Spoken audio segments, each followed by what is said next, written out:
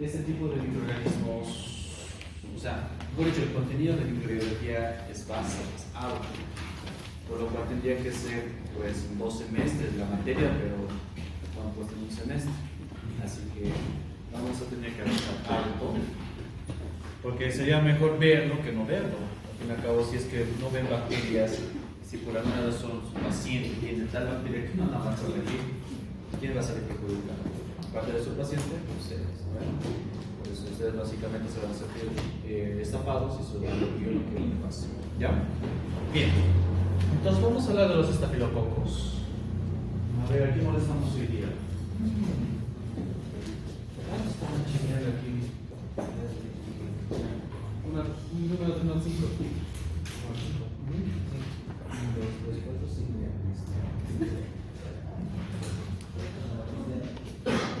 Llénate.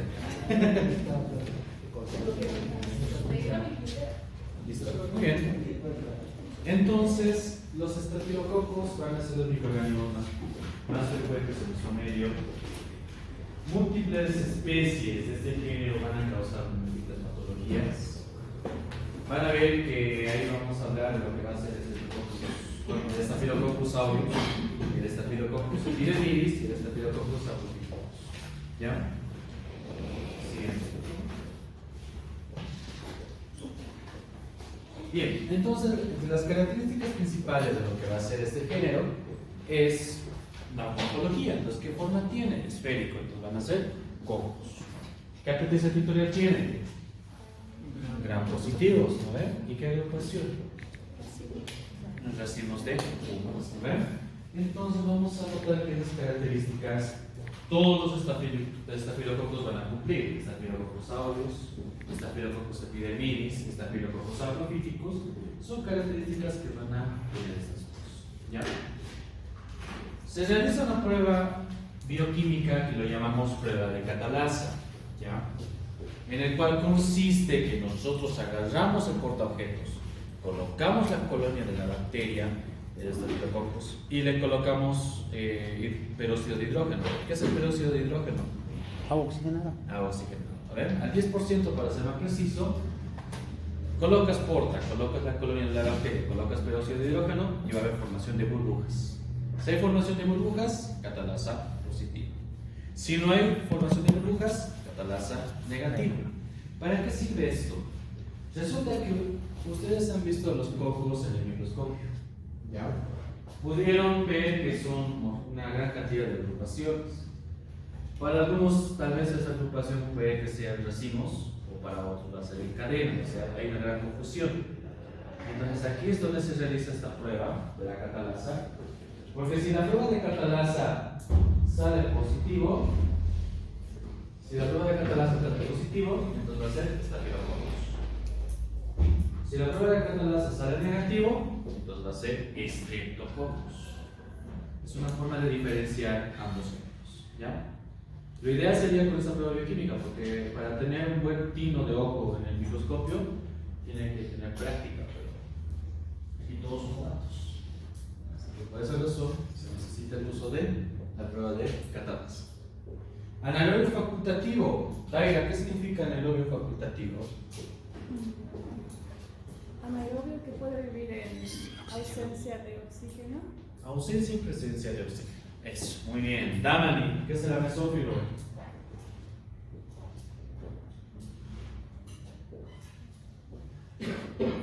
Sin oxígeno, ¿no? No, ya digo eso. Natalie, ¿qué es mesófilo? Encima.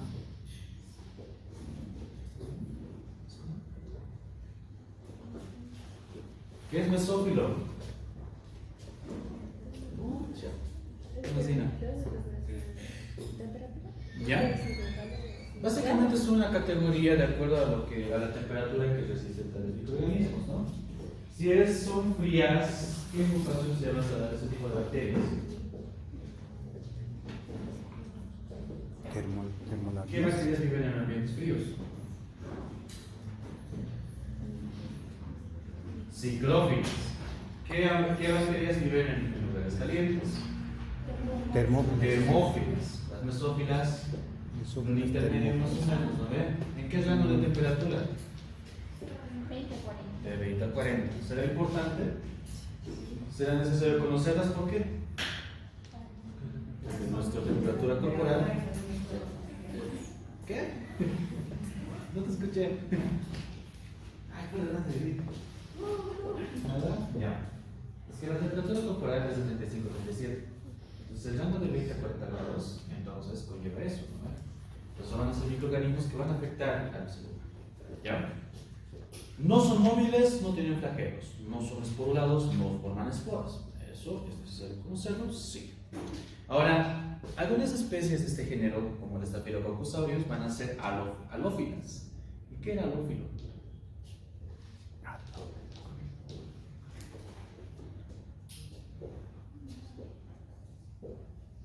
A ver, aquí mis estudiantes puntuales. Lo que se miran atrás. Zaida, ¿qué es halófilo?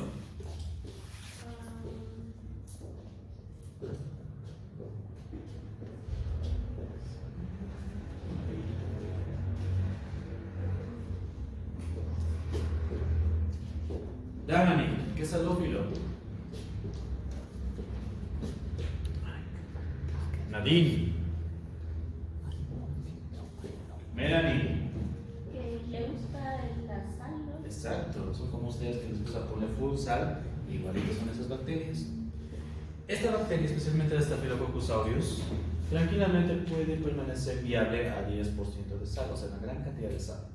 ¿En qué medio de cultivo más o menos hemos dicho que se hace este fenómeno? Es un medio de cultivo selectivo, como hemos dicho.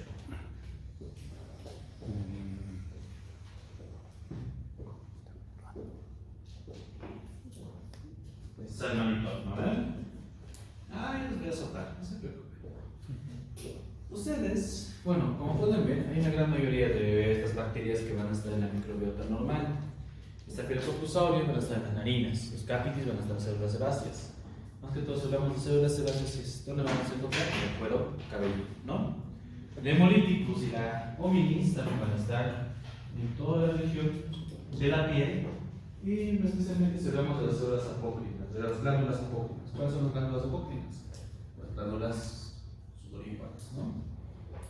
Entonces, ¿qué es lo que tiene que tener esta diapositiva? De que los Staphylococcus aureus, Staphylococcus epidermidis, Staphylococcus capitis, Staphylococcus hemolyticus, Staphylococcus hominis viven en nuestro organismo. ¿Ya? Siguiente pizza. Ahora, ¿cuáles son las que causan tales patologías? Porque viven en la microbiota, pero cuando la cambias de lugar, de hábitat, se tornan patógenos. ¿Como quiénes? Staphylococcus aureus, Staphylococcus epidermidis, Staphylococcus saprophyticus, Staphylococcus hemolyticus y la Staphylococcus lugiensis. ¿Ya? Entonces, vemos que independientemente del lugar en donde está, puede causar una patología. ¿Qué dice ahí? Por ejemplo, infecciones en la piel, oronculitis, dermatitis, celulitis, abscesos. Si hablamos de lugares como los huesos, entonces ahí vamos a hablar de la osteomielitis. Osteo, obviamente, va a derivar de hueso. Mielitis, ¿de dónde va a derivar? ¿De dónde va a derivar? De la médula ósea, ¿no? Entonces, esta bacteria puede causar patología en la médula ósea y puede causar patología en el hueso. En el aparato genitourinario, especialmente si hablamos del Staphylococcus saprophyticus, este es el que va a causar una de las patologías más, o bueno, va a ser uno de los agentes más frecuentes para causar infección urinaria. ¿Ya? Y hay infecciones oportunistas. ¿Qué tienen por infecciones oportunistas, Raquel?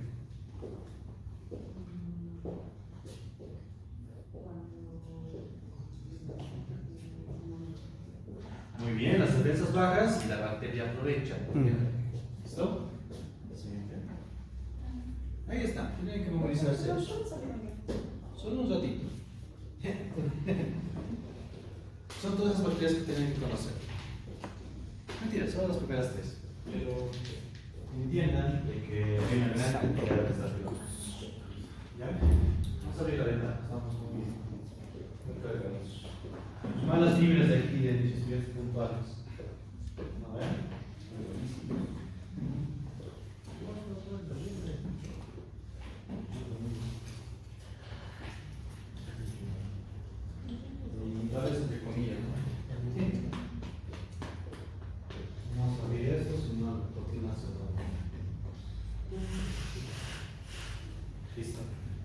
Ok, siguiente lista.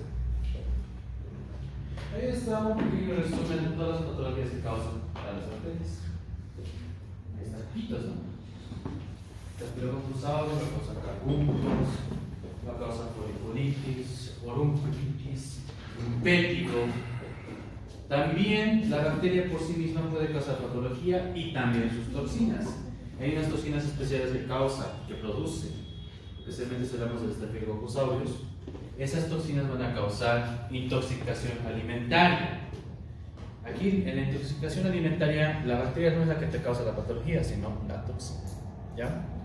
Síndrome de la piel escaldada también está causada por una toxina. Y el síndrome de shock tóxico también está causado por otra toxina. Son varias toxinas que va a tener esta bacteria.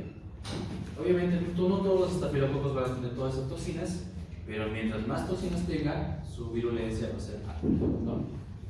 Puede causar artritis séptica. ¿Qué significará séptica, Svetlana? Sepsis. Algo séptico, algo infeccioso. Entonces va a ser una artritis causada por una bacteria. A eso se refiere a artritis séptica. ¿Ya? Bacteremia, ¿qué significará? Liz.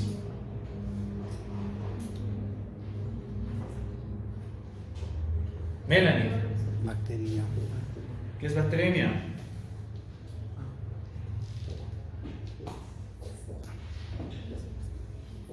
¿Por qué creen que les estoy preguntando tanto? Notas están bajas. No mejorar. ¿Ya?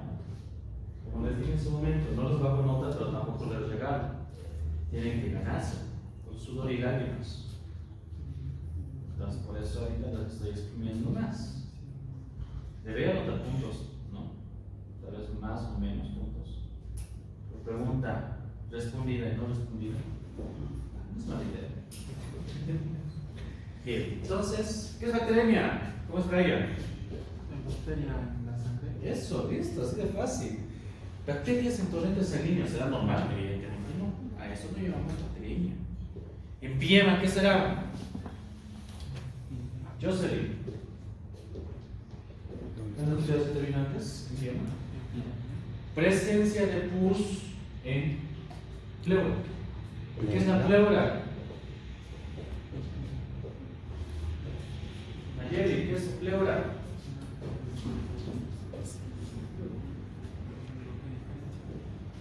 Nuestro estudiante más feliz, Jaina, ¿qué es pleura?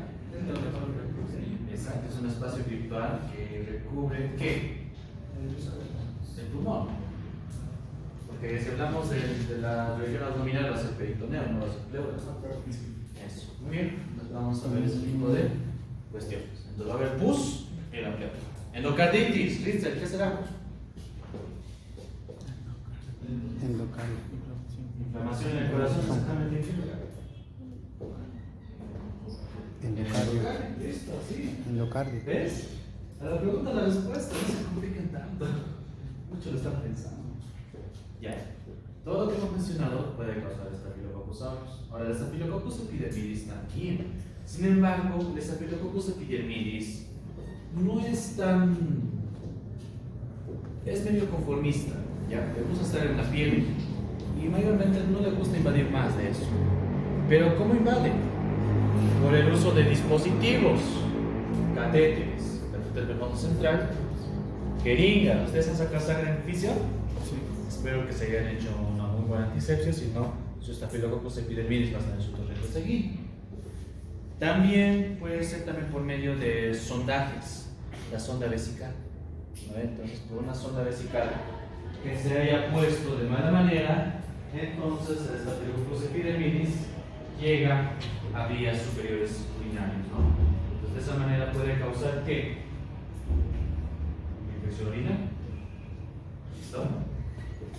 Staphylococcus saprophyticus mayormente va a estar plenamente relacionado a lo que van a ser las infecciones urinarias.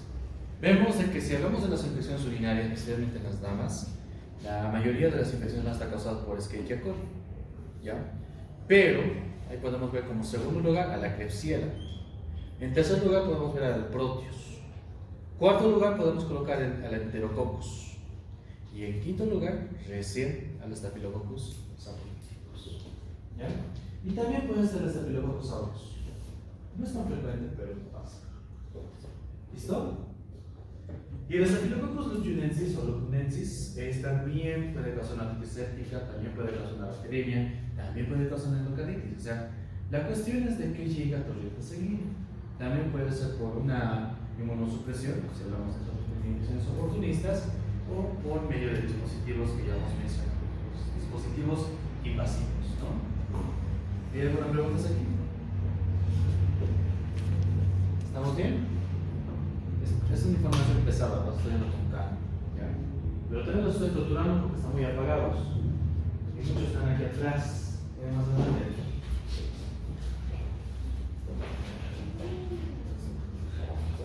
Bien. Siguiente punto. Gracias. El Staphylococcus tiene cápsula. Hay algunas cepas que tienen una cápsula un poco más gruesa, pero van a presentar una cápsula. John, ¿qué función tiene la cápsula? Protege, ya, pero hay otro término más que les he dicho. Jan, ¿qué hace la cápsula?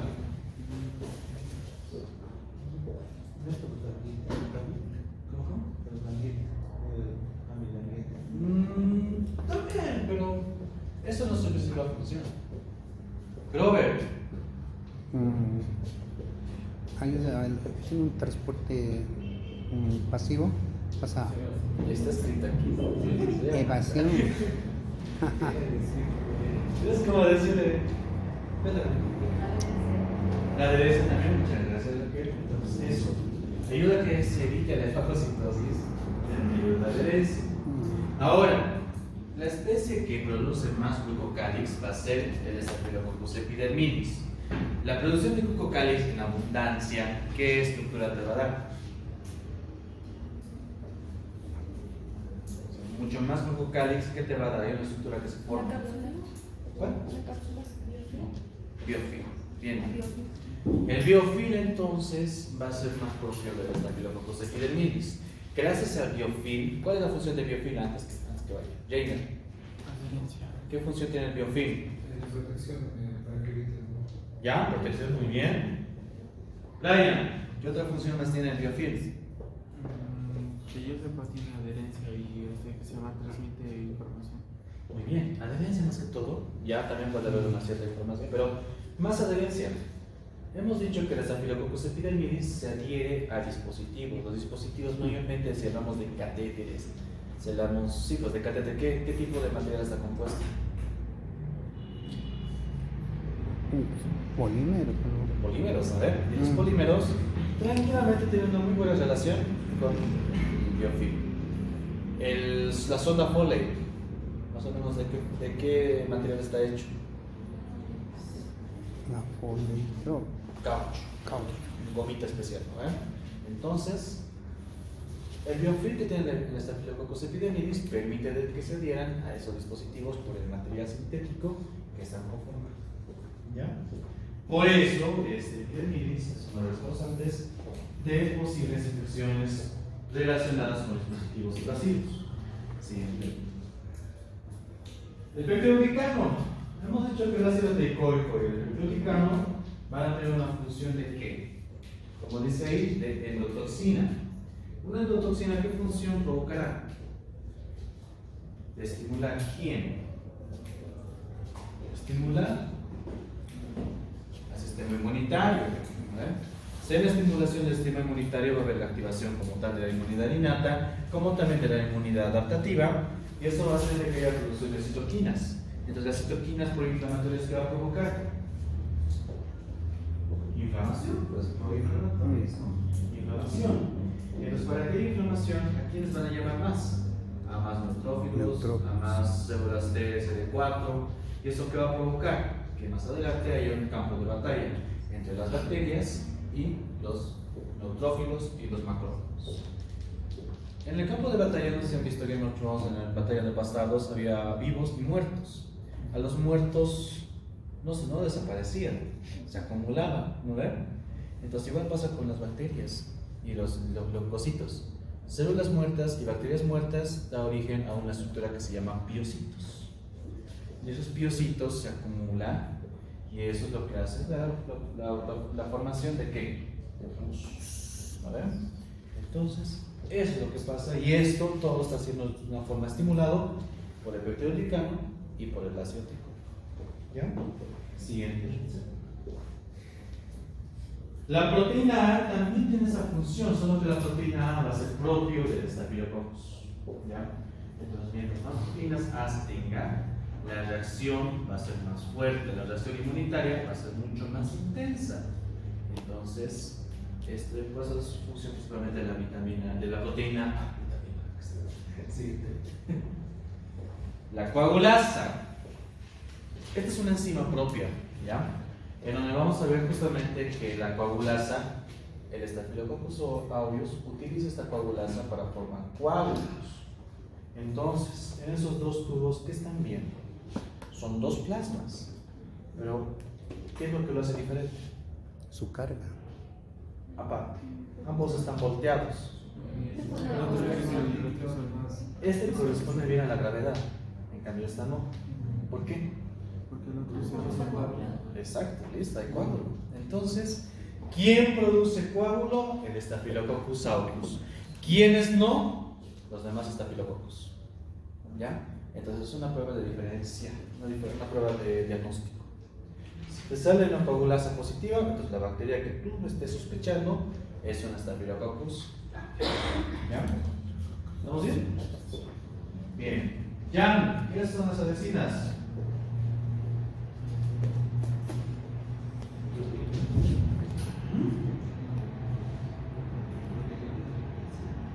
Me dices, pues, ¿no? ¿Cuál es la función? Adherencia. Eso, muy bien. Mientras tu Staphylococcus tenga adhesinas, tiene una gran probabilidad de producir alguna patología. ¿No? Bien. ¿Estamos bien hasta aquí? Ya, siguiente punto. Bien. Ahora, ¿qué vamos a ver de esta bacteria? El Staphylococcus aureus van a tener toxinas y van a tener enzimas. ¿Ya? Vamos a ver primero las toxinas que puede tener y las enzimas que pueden producir. ¿Ya? La toxina alfa. Vamos a ver que es una toxina potente que va a atacar justamente aquí en el músculo liso de los vasos sanguíneos. ¿Cuál es la función de un músculo, Natalie? Movimiento. Yo lo cambiaré de término con otro. A ver. John, ayúdame. Cervallo, a ver. Mira que creo que me olvidé preguntarle.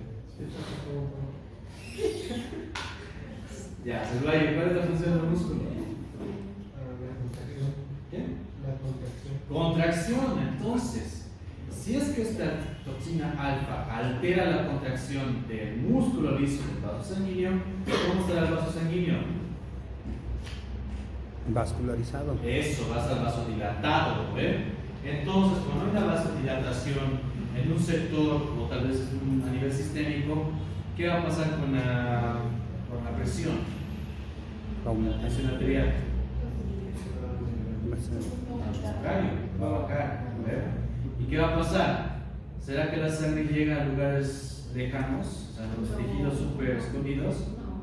Probablemente no. ¿Qué va a pasar con esos tejidos? Va a haber una hipoperfusión, una isquemia, esto va a llegar a una faceta de infarto y después a qué faceta? Necrosis. A ver, ese estadio, ¿cómo se llama? Ese estadio cuando hay hipoperfusión tisular, ¿cómo se llama? Shock. A ver, eso. Así analiza, no todos memorizar, tienen que analizar, ¿ya?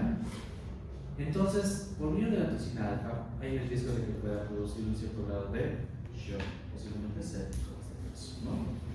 Va a destruir eritrocitos, va a destruir leucocitos, entonces tu paciente va a estar anémico y también tu paciente puede que esté con leucocitosis, pero después va a estar con leucopenia. ¿Qué es leucocitosis?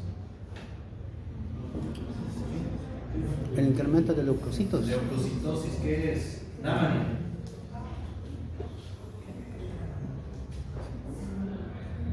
¿Qué? Exceso de leucocitos. Bien, Zaira, ¿qué será leucopenia?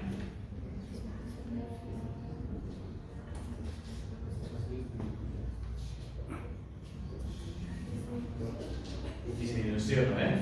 Leucocitosis por encima y por abajo leucopenia. Listo. Va a causar va a destruir hepatocitos si es que la bacteria llega a nivel del hígado, y va a haber disminución de plaquetas. ¿Cómo se llama la disminución de plaquetas, Robert? ¿Cómo? Trombocitopenia. Trombocitopenia. Sí, Muy bien, sí. Robert. Listo, así. Entonces, quiero que vean que la toxina produce muchas variedades. ¿Qué más produce? Forma poros. Miren, en este caso, como va a formar poros en las células del hospedador, ¿qué va a provocar? Que la presión osmótica se altere. Es por eso que puede que esté saliendo potasio o que ingrese más sodio y calcio. Entonces, ahí vemos una alteración de la función electrolítica a nivel celular. ¿Ya? ¿Estamos bien? Solamente hablando de la toxina alfa. Toxina beta. Esa toxina igualmente tiene la función de destruir leucocitos y también de destruir eritrocitos. Y más que todo los fibroblastos. Los fibroblastos, ¿en dónde interactúan o en dónde actúan? Fibroblastos. Lo ha visto, ¿no? Raspando, pero de algunos. Sí, sí. Tiene la función, interviene en la coagulación y ¿dónde más? En la formación de tejido conectivo. ¿Listo? Entonces va a haber alteración justamente a nivel de esos sectores. Siguiente, por favor. La delta. Resulta que los alveolos tienen un surfactante. ¿Cuál es la función del surfactante?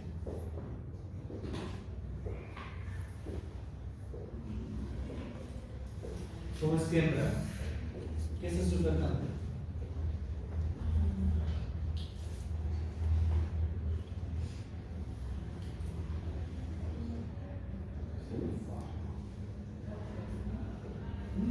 Más que todo mantiene abierto a los alveolos, ¿ya? Porque los alveolos como tal se mantienen con aire gracias a su surfactante que va a producir los linfocitos tipo 2, ¿no? Bien. Algo así produce la toxina delta, ¿ya? Solo que produce un surfactante aparte. Entonces, si la bacteria llega a nivel pulmonar y produce estas toxinas, entonces poco a poco los alveolos van a salir afectados. Va a ser de que haya menos transporte de gases y listo, el paciente va a convulsionar con una neumonía. Toxina gamma y también la leucocitina de Patton Valentine.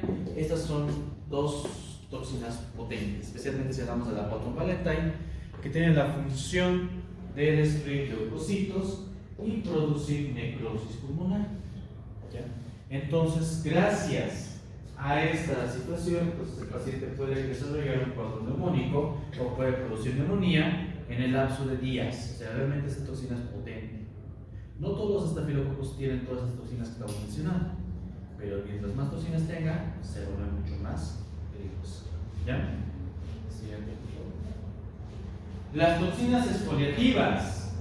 Justamente encontramos dos tipos: la toxina exfoliativa tipo A y la de tipo B. Estas tienen la función de destruir desmosomas. Melanie, ¿qué es el desmosoma? Eso sí no sé. Jocelyn, ¿qué son las desmosomas?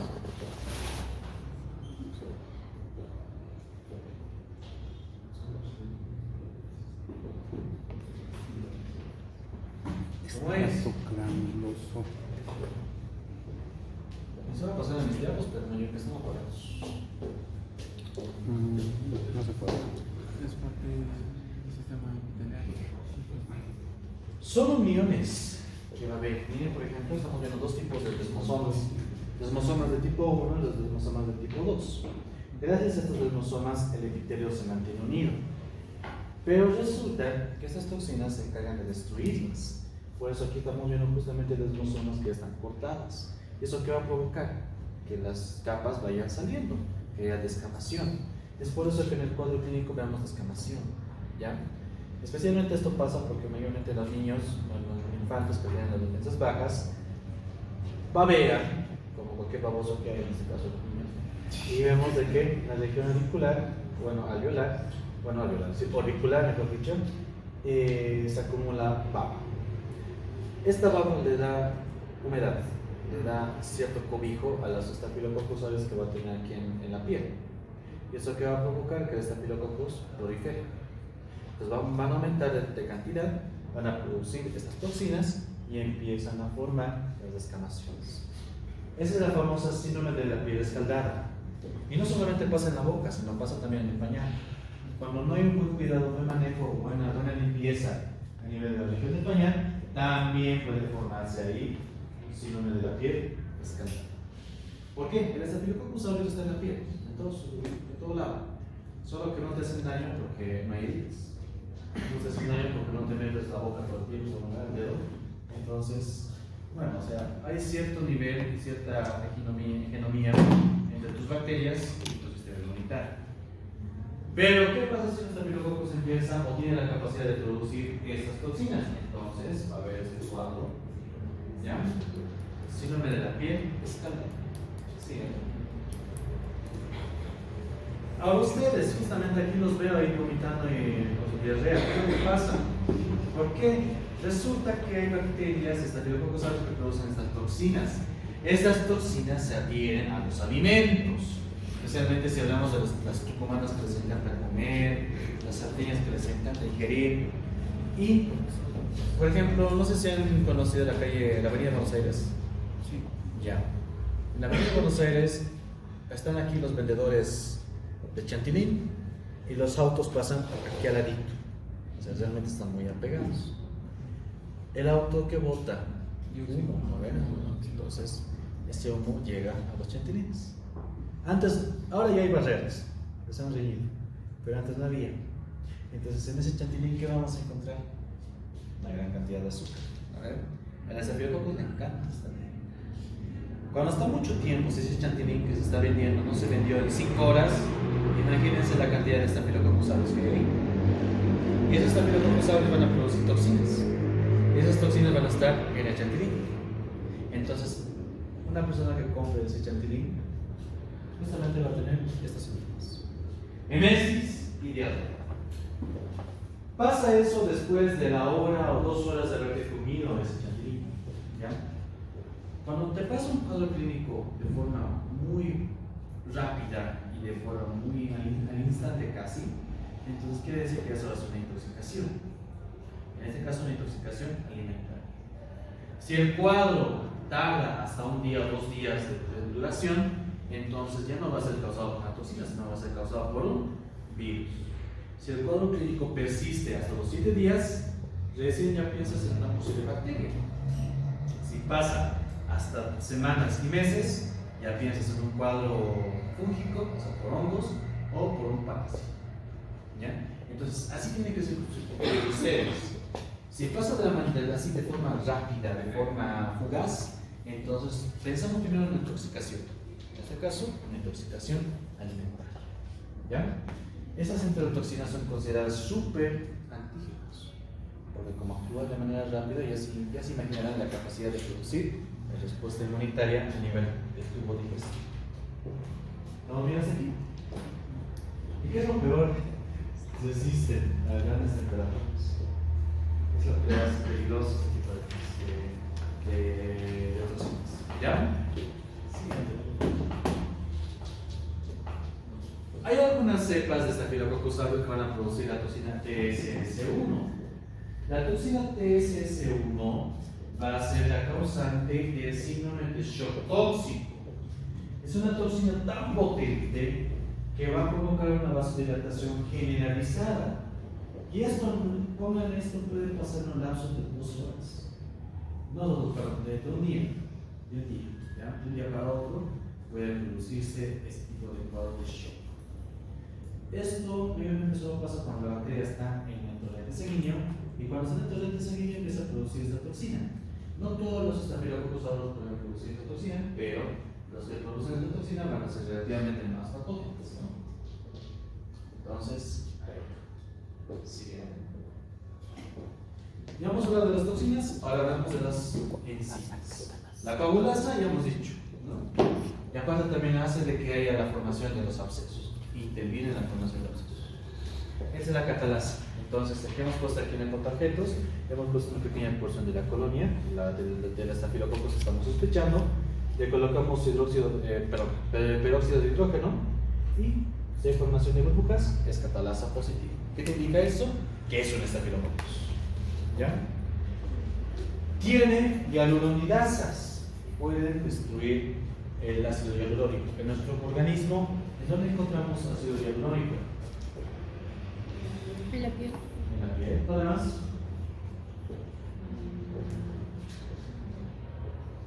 Zaira.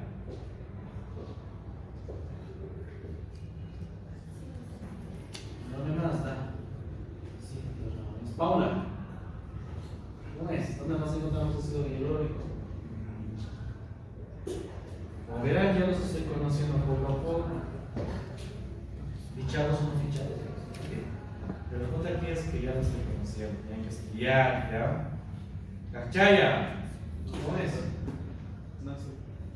Jan. Ede. Dina. A nivel respiratorio, pues, encontramos justamente los anillos traqueales. Y aparte también en el mismo tejido conectivo. Listo. Siguiente. Pirolicina.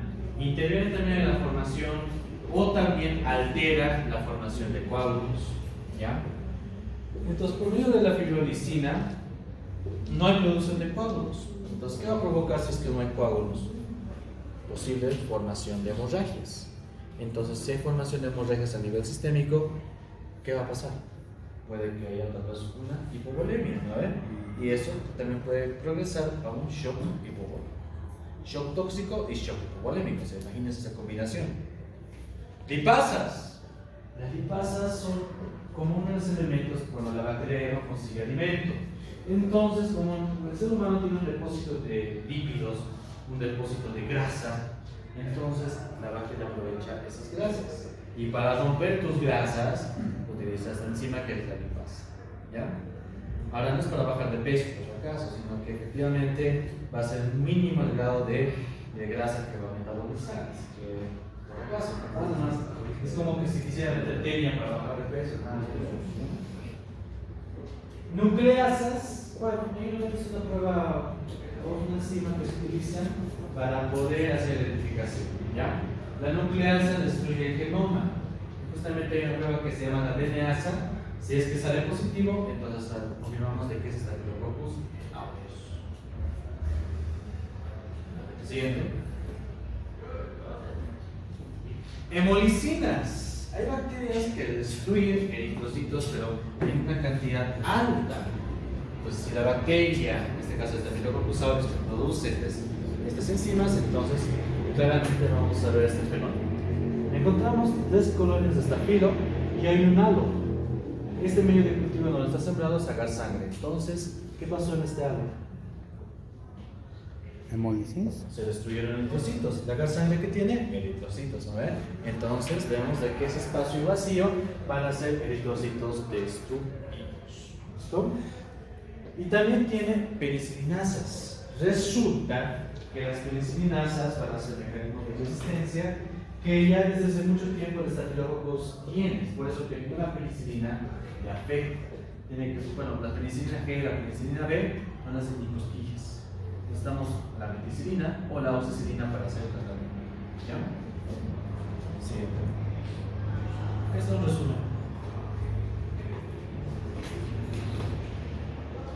Es un pequeño resumen de las enzimas, de las toxinas que produce.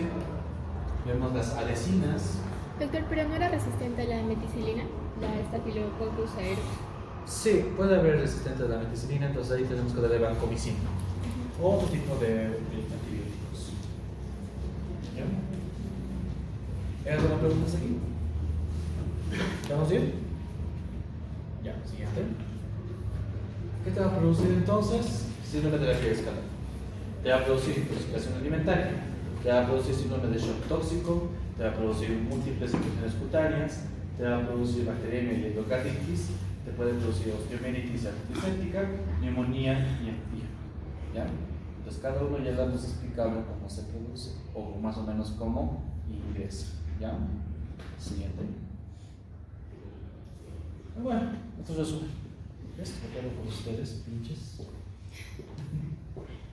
Entonces, ahí vemos justamente la formación. O sea, si es que un folículo se infecta por la gran cantidad de estafilococos que puede ingresar, entonces va a haber una foliculitis.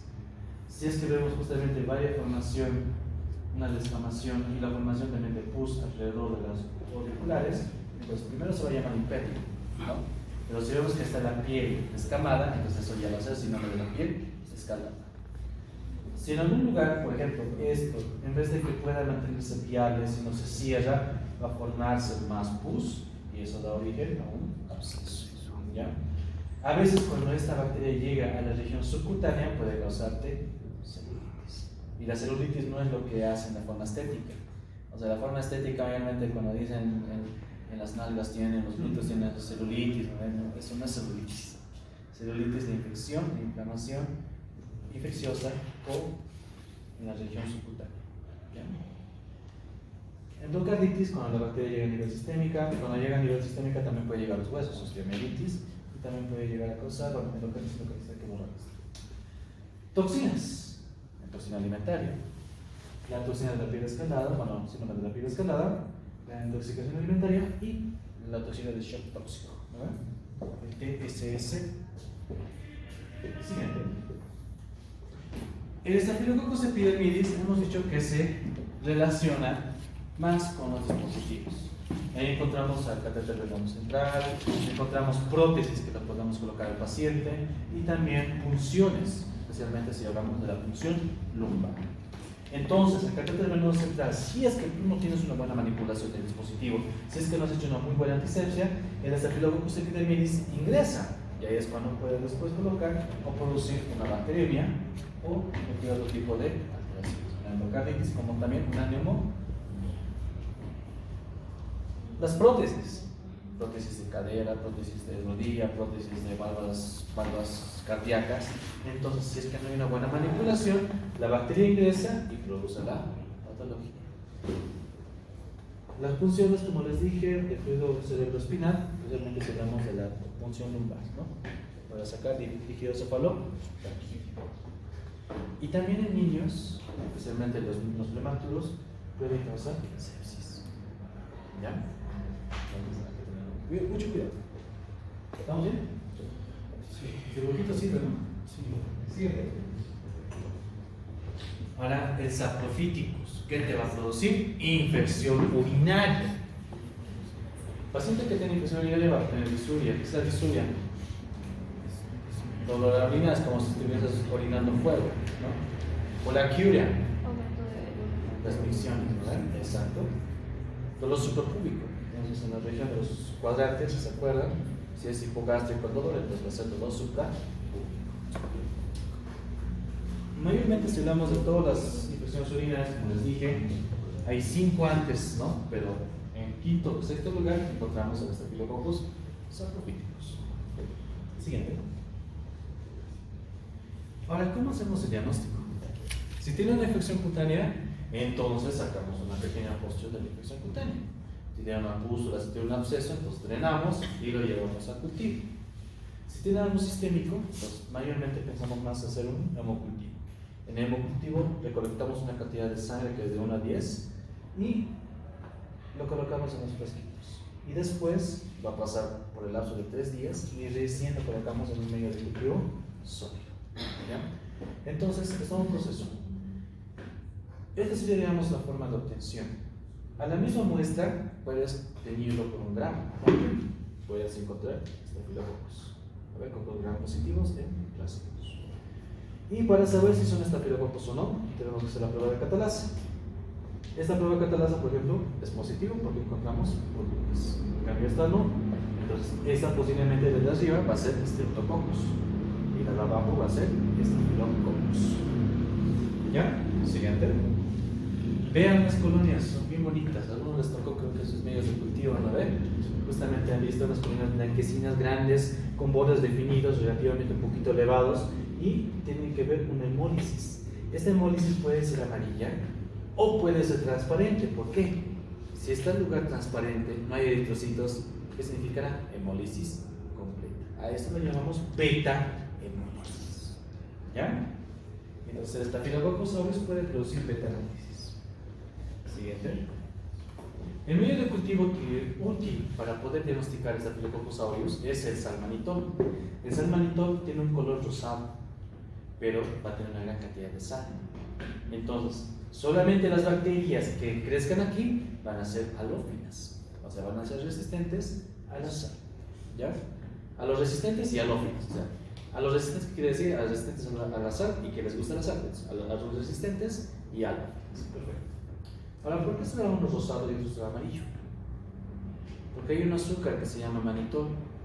Si la bacteria fermenta ese azúcar, esa fermentación hace que el pH se vuelva amarillo, que se vuelva ácido, y ese pH ácido hace de que el pigmento se vuelva amarillo.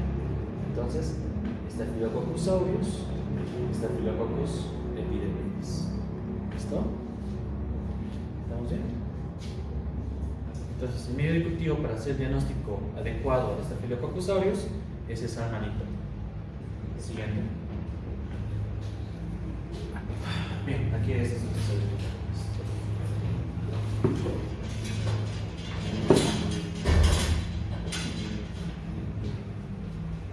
La siguiente semana van a traer reglas. ¿Qué es reglas? O sea, para medir, ¿no? Eso, van a interpretar antibiogramas. Yo voy a tener ya antibiogramas hechas y ustedes lo van a interpretar. ¿Cuáles discos son sensibles y cuáles discos son resistentes? Hay una guía que se llama la guía de la CRCI, la M100. Yo les voy a pasar eso. No es necesario que lo impriman porque son 400 hojas. Así que simplemente tenganlos en PDF. ¿Ya? Entonces yo les voy a pasar ese documento. Sin embargo, ustedes me van a decir si tal disco, ¿cuánto mide de diámetro? Y si es sensible o es resistente. ¿Ya? Eso lo vamos a hacer la siguiente semana. Les voy a dar casos clínicos correlacionados con los antibiogramas que les voy a dar. Entonces ustedes tienen la obligación de responder las preguntas que van a tener dichos casos clínicos. ¿Ya? Como ya tengo, cuando estaba trabajando me han pedido que trabaje los domingos, así que estoy los domingos trabajando ahí. Así que ya tengo antibiogramas a la mano. Así que vamos a jugar con bichos. ¿Ya? Eso sí, todo van a manipularlo con guantes, ya por si acaso. Sí, todo con guantes. Ya. Bien. Resulta que todas son estas gamas de discos que vamos a colocar para el Staphylococcus. ¿Ya? Pero hay uno que quiero dar una énfasis, que es justamente esta, la cefusitina. ¿No es así? Entonces, la cefusitina. Son dos resultados que te puede dar. Un resultado sensible y un resultado de resistente.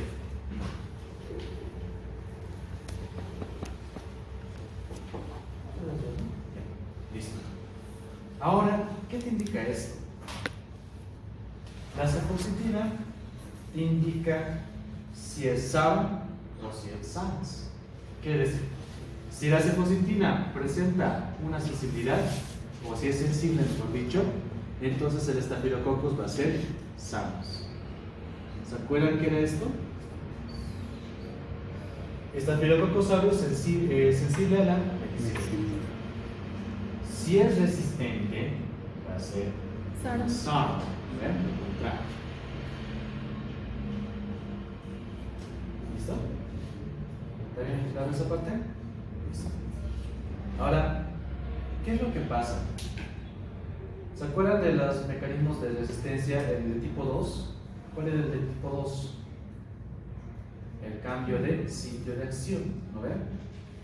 Resulta que esta bacteria, el SARS, tiene sus receptores que van a ser las PBP, las PBP2. Entonces, cuando tiene la PBP2, el antibiótico beta-lactámico puede actuar tranquilamente contra esta bacteria. Pero ¿qué pasa si hay una mutación? La PBP2A. Entonces, cuando tiene una PBP2A, el antibiótico, el beta-lactámico, no puede actuar contra este estafilococcus. Entonces, ¿quién nos indica si hay o no hay este receptor? La cetosindina. Y todo por medios ver si es sensible o si es resistente. Si es sensible, es un SAM. Si es resistente, es un SAM. Ahora, ¿qué antibióticos puedes utilizar aquí? Aquí los beta-lactámicos van a funcionar, no te preocupes de eso. Pero aquí no funciona ningún beta-lactámico.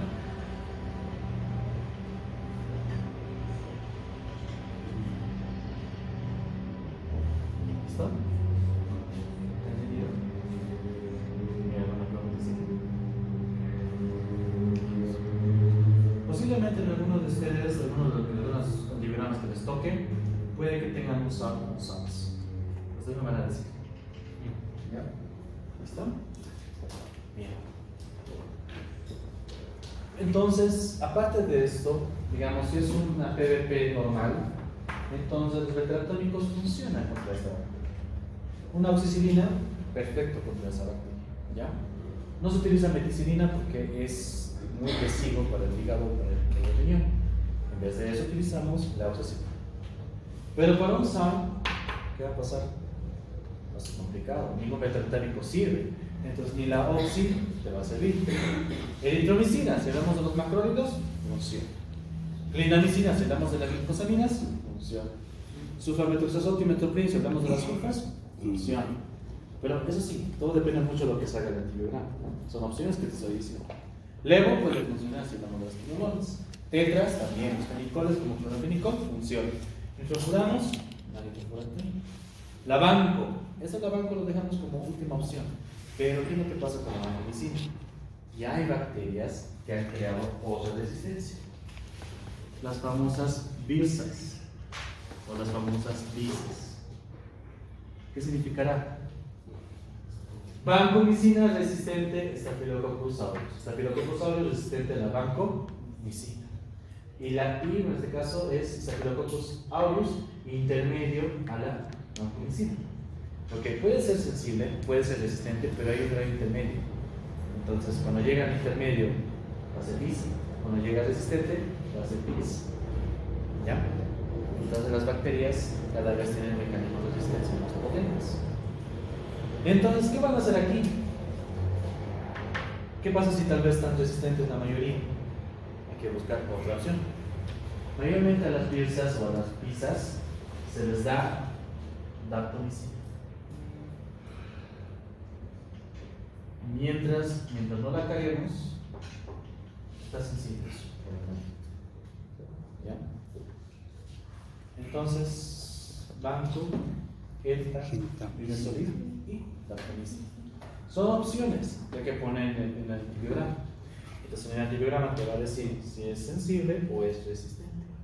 Y eso es lo que vamos a hacer la siguiente semana, en sus respectivas prácticas. ¿Ya? Por acaso, todo lo que estoy hablando hoy día va a haber examen, que es estafilo, strepto y Enterococcus. Sigan. Preguntas.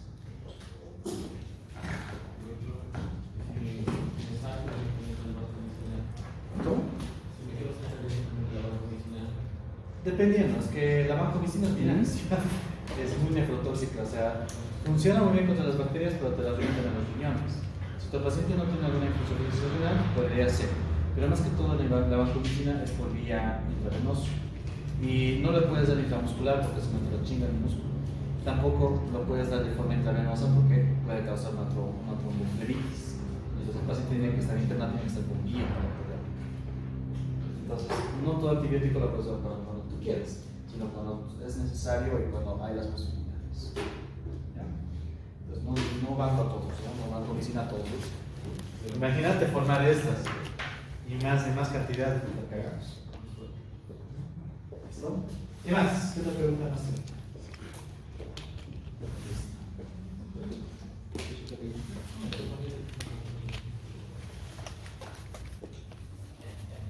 No. ¿Qué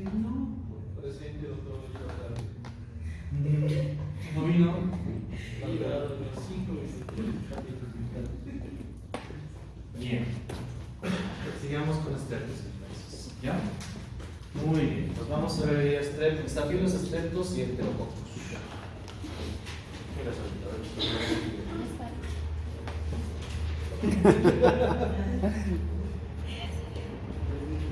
Bien, estreptococos. Si no alcanzamos, vamos a tener virtual mañana. Sí, si no alcanzamos, a las 8 de la noche.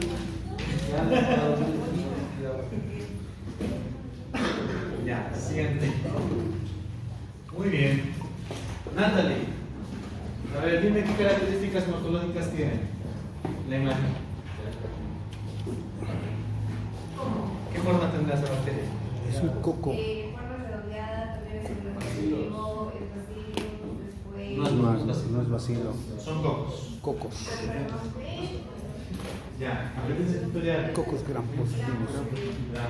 Muy bien, John, ¿qué agrupación tiene? Flagelos. No, la agrupación.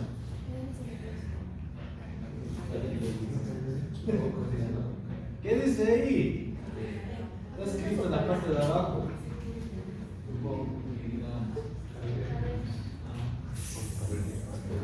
Ya, John, vete aquí. Natalie, te saco mucho. Ya ven, ya, como que así.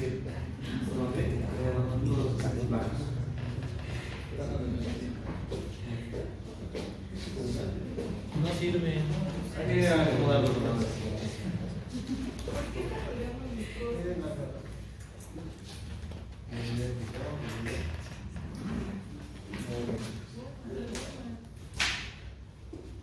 Cachaya. ¿Cuáles son las especies? Especies Streptococcus. Streptococcus. Ah, no. Ya. Bio. Especies, diga. Pseudomonas viridans. Streptococcus, agalactic. Streptococcus, Diogenes. Streptococcus, Pneumonia. Streptococcus, viridans. ¿Ya? Son diferentes. Siguiente, por favor. Ahora, lo que hay que ver justamente de estas bacterias es su hemólisis. ¿En qué medio de cultivo vamos a ver hemólisis? Sangre. En la gasa. Por eso, aparte que son accidentes nutricionales, por el hecho mismo para saber qué tipo de hemólisis tiene, tenemos que sembrarlo en este medio de cultivo. Alfa hemólisis, beta hemólisis. La alfa hemólisis va a tener una apariencia verde, verdosa. ¿Ya? ¿Quiénes producen este tipo de hemólisis? Streptococcus pneumoniae y Streptococcus de grupo Viridans. Beta hemólisis, también conocido como la hemólisis completa, en donde vamos a ver una pigmento medio, no es pigmento, sino una apariencia medio amarillenta y en algunos casos medio transparente. Entonces va a ser una hemólisis completa. Entonces, ¿quiénes producen este tipo de hemólisis? Streptococcus agalactiae, Streptococcus pyogenes, Streptococcus dysgalactiae. Para mí son las únicas dos hemólisis, pero en libros antiguos van a ver a la famosa gamma hemólisis. La gamma hemólisis significa que no tiene hemólisis. O sea, es una clasificación, una categoría ridícula, pero hay, ¿ya? Entonces, quiere decir que los cocos no forman ningún tipo de hemólisis. ¿Quiénes son ahí? Streptococcus aureus. Solo un único. Juguetones que están notando ustedes. No toca su nariz, no sé otra cosa. Bien. Nos vas a castigar una pila. Entonces, vamos a ver ahora que este Streptococcus tiene también cápsula, también es ácido gram positivo. Vemos aquí que aquí justamente están las cadenitas de los cocos y esta está envuelta por una cápsula. Y en esta cápsula vamos a encontrar un carbohidrato, el carbohidrato C. Antiguamente la doctora Lansfield, una bacterióloga de hace mucho tiempo que ha dado un gran aporte, vio todos los estreptococos y los ordenó en grupos, ¿ya? Pero los ordenó a base de este carbohidrato, ¿ya? Los clasificó en diferentes grupos, como el grupo A. El famoso grupo A de Lansfield, que vamos a encontrar al Streptococcus pyogenes. Al grupo B de Landsfield, Streptococcus agalactiae. Al grupo C, como también el G, encontramos al Streptococcus succinilis y al Streptococcus dysgalactiae. El grupo D, aquí encontramos al Enterococcus. Antiguamente el Enterococcus fecalis y el Enterococcus faecium pertenecían a los Streptococcus, pero actualmente estos ya están afuera, o sea, están en otro grupo y vamos a verlo más ratito, ¿ya? Pero pertenecían al grupo D de ¿quién está presente ahorita? Está el Streptococcus bovis. Y el grupo F encontramos al Streptococcus sanguinus. Entonces, ¿cómo los clasificó? Básicamente agarró al grupo A diciendo que son los más patógenos para el ser humano. Entonces vemos que el más patógeno va a ser el Streptococcus pyogenes. De forma circunstancial, pero no tan frecuente, también va a ser patógeno los del grupo B. Entonces ahí encontramos al Streptococcus agalactiae, que es el principal causante de la sepsis neonatal. ¿Ya? Entonces Landsfield, la doctora Landsfield, ordenó de acuerdo a eso. ¿Ya? Y básicamente solo tomó en cuenta a los que producían beta-hemólisis. ¿Qué eran los que producían beta-hemólisis? Una hemólisis aparentemente amarilla o transparente. ¿Ya? Por eso aquí no está neumonía, no está el grupo víridas, porque como son productores de alfa-hemólisis, no les han puesto en esta agrupación. ¿Ya? Entonces por eso los libros van a ver Streptococcus del grupo A. Entonces aquí nos referimos al Pyogenes. Al Streptococcus del grupo B, ¿no?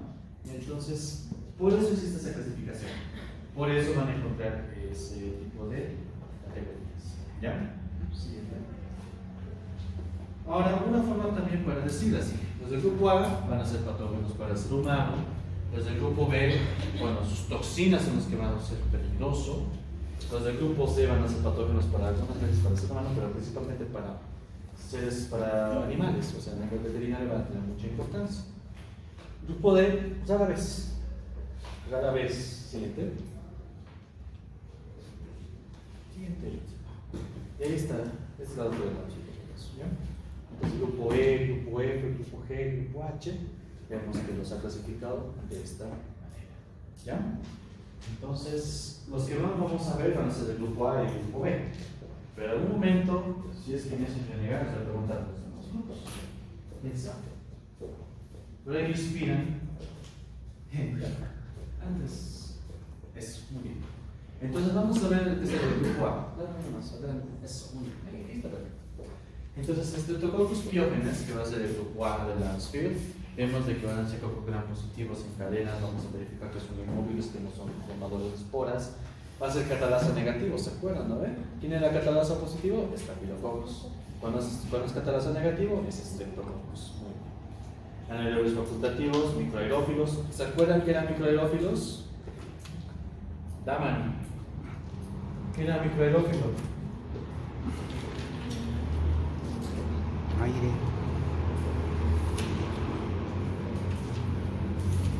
¿Cómo es el guayo? Poca cantidad de oxígeno.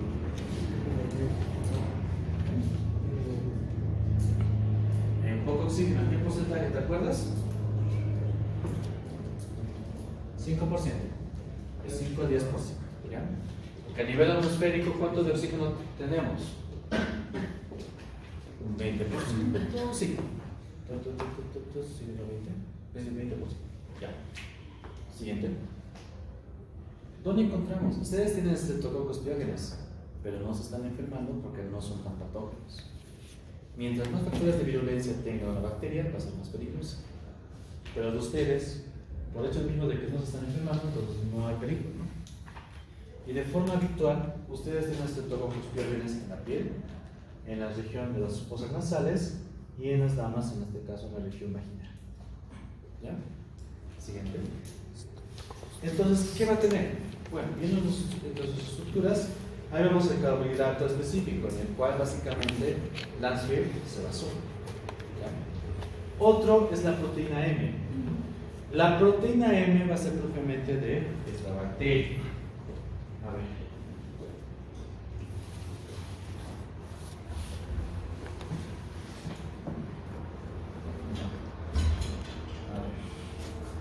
Ustedes conocen cómo son las válvulas del corazón, ¿verdad? ¿Qué pasa cuando la bacteria llega a torrente sanguíneo? Puede llegar aquí en las válvulas. Aquí vamos a encontrar un estrepto, otro estrepto, otro estrepto y otro estrepto. O sea, un estrepto aquí, otro aquí y otro aquí.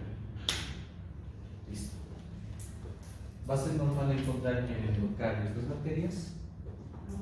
Para nada, ¿no ven? Es algo, una contaminación o una infección.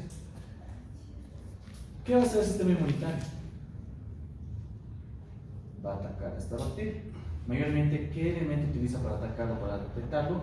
La proteína N. ¿Listo?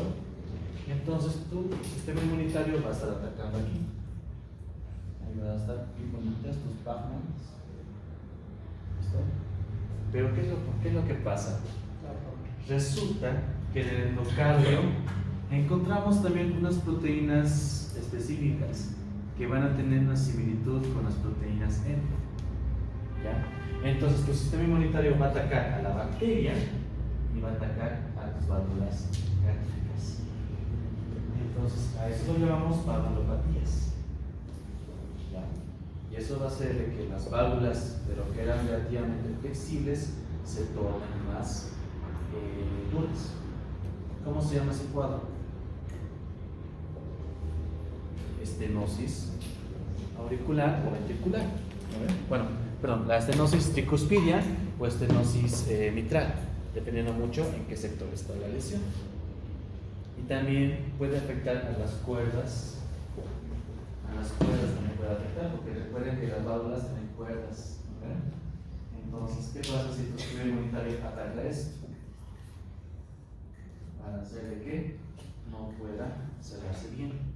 Y eso va a haber una insuficiencia de válvulas. Por eso es importante esta proteína N, porque funciona muy bien para poder detectar la bacteria, pero también funciona para que haya fuego cruzado contra tus válvulas gástricas. ¿Listo? Siguiente pregunta. Bueno, el ácido tripoteicoico, o sea, los ácidos teicoicos hemos dicho que son determinantes antígenos, entonces el sistema inmunitario detecta eso y empieza a atacar gracias a la detección de este elemento. La cápsula, ¿qué función tenía? Cachaya. La cápsula era de protección. Antes de protección, ¿qué era de entonces? Evade la fagocitosis. ¿Ya? Eso. Ahora, ¿se acuerdan que era el sistema de complemento? Eran conjuntos de proteínas, ¿verdad? ¿Y cuál era su función del sistema de complemento? Opsonizar. ¿Qué era opsonización? Ya. ¿Qué? Es como un marcador Para marcar, ¿no? Aparte de marcarlo, forman también porinas, bueno, por medio de las perforinas. ¿Cuál es el elemento final del sistema de complemento? Este es 5A hasta 5, pues, C5A, C6, C7, C8 hasta la C9. ¿verdad? C9. Para evitar eso, bueno, hay una enzima que forma eso, que es justamente la C5 peptidasa. Perdón, la C5, bueno, es una enzima, ¿no? Justamente esa enzima es por el cual esta bacteria puede atacar y romper esa enzima. Y por medio de esta enzima evita de que haya el producto final del sistema de complemento. Entonces, básicamente, evita la opsonización. Todo por medio de esta enzima que produce la bacteria, la C5A peptidasa. ¿Ya? ¿Estamos bien? Entonces, vamos a ver que ahí hay otro más. 5. Antes.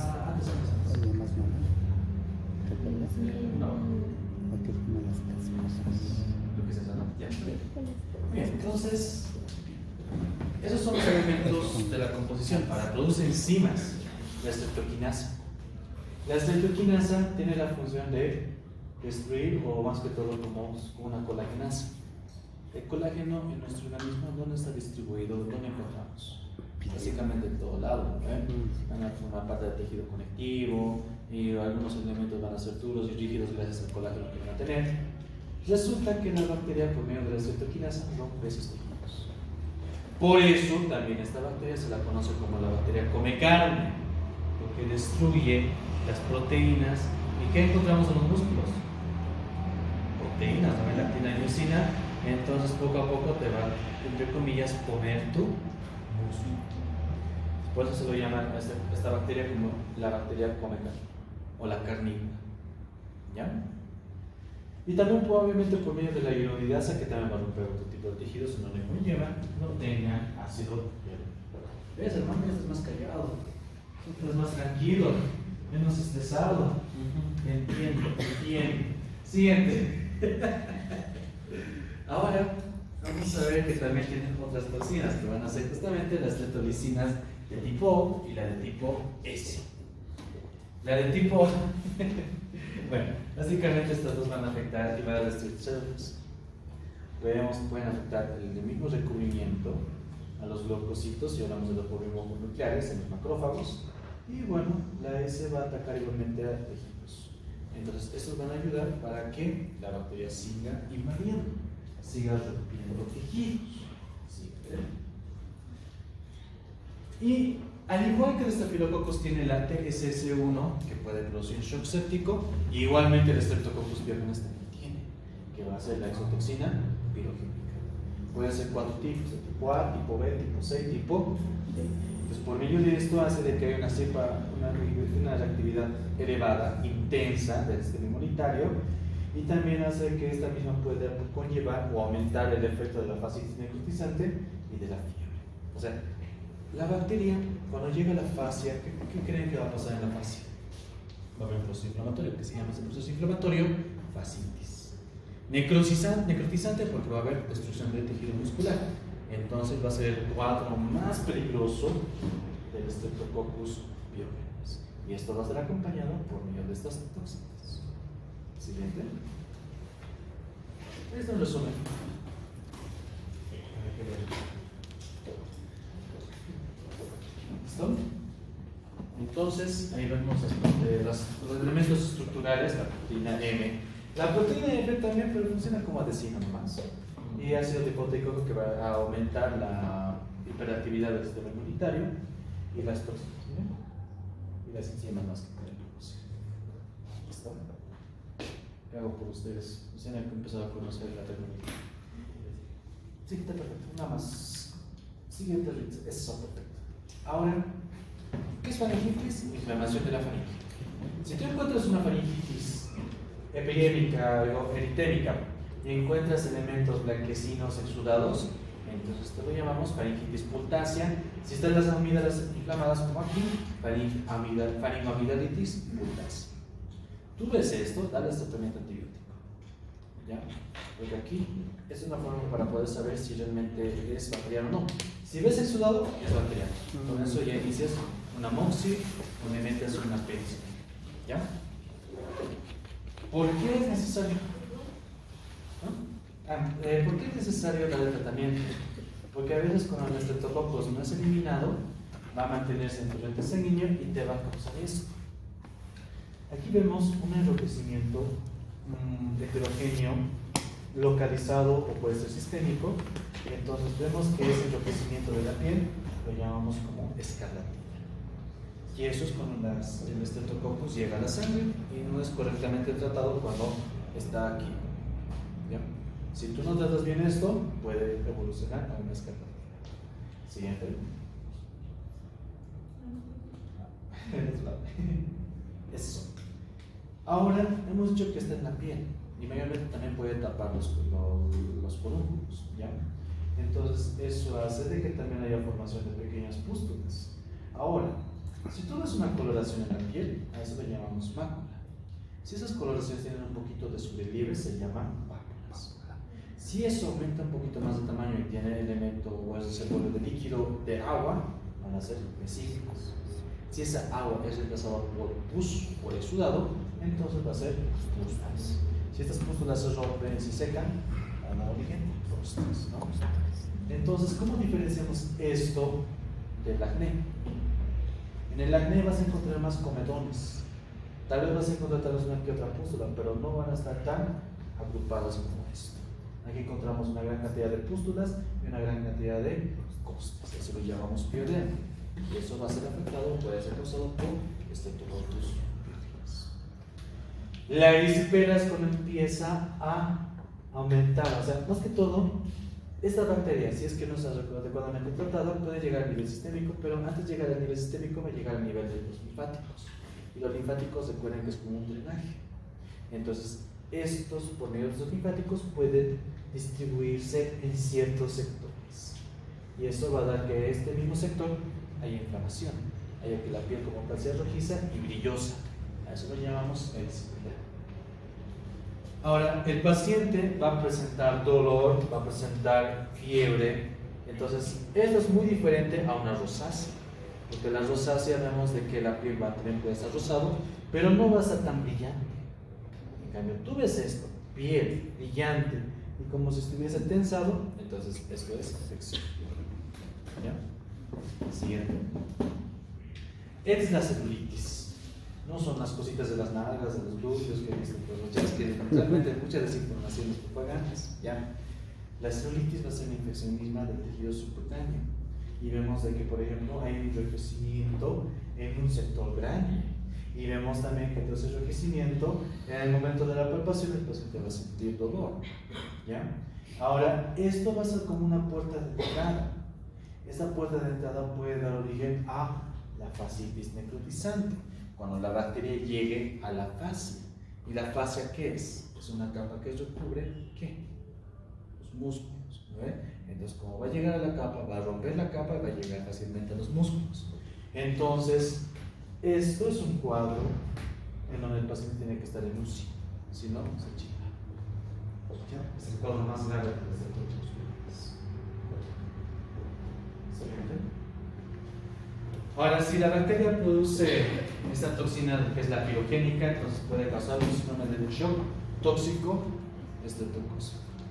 Entonces ahí vemos que todo a nivel sistémico el paciente ingresa a un cuadro de shock tóxico y vemos también que en las regiones distales está empezando a haber hipoperfusión. Entonces, como va a haber hipoperfusión, va a haber también necrosis. Estos dedos, por ejemplo, ya no se pueden cerrar porque están quietos. Siguiente. Tal como pasó, bueno, como las valvulopatías, solo que cuando este cuadro, cuando llega la bacteria a las válvulas cardíacas, en donde el sistema inmunitario ataca la bacteria y también ataca las válvulas cardíacas, entonces es como una afección autoinmunitaria, ¿no ven? De una u otra manera. Entonces eso lo llamamos fiebre reumática.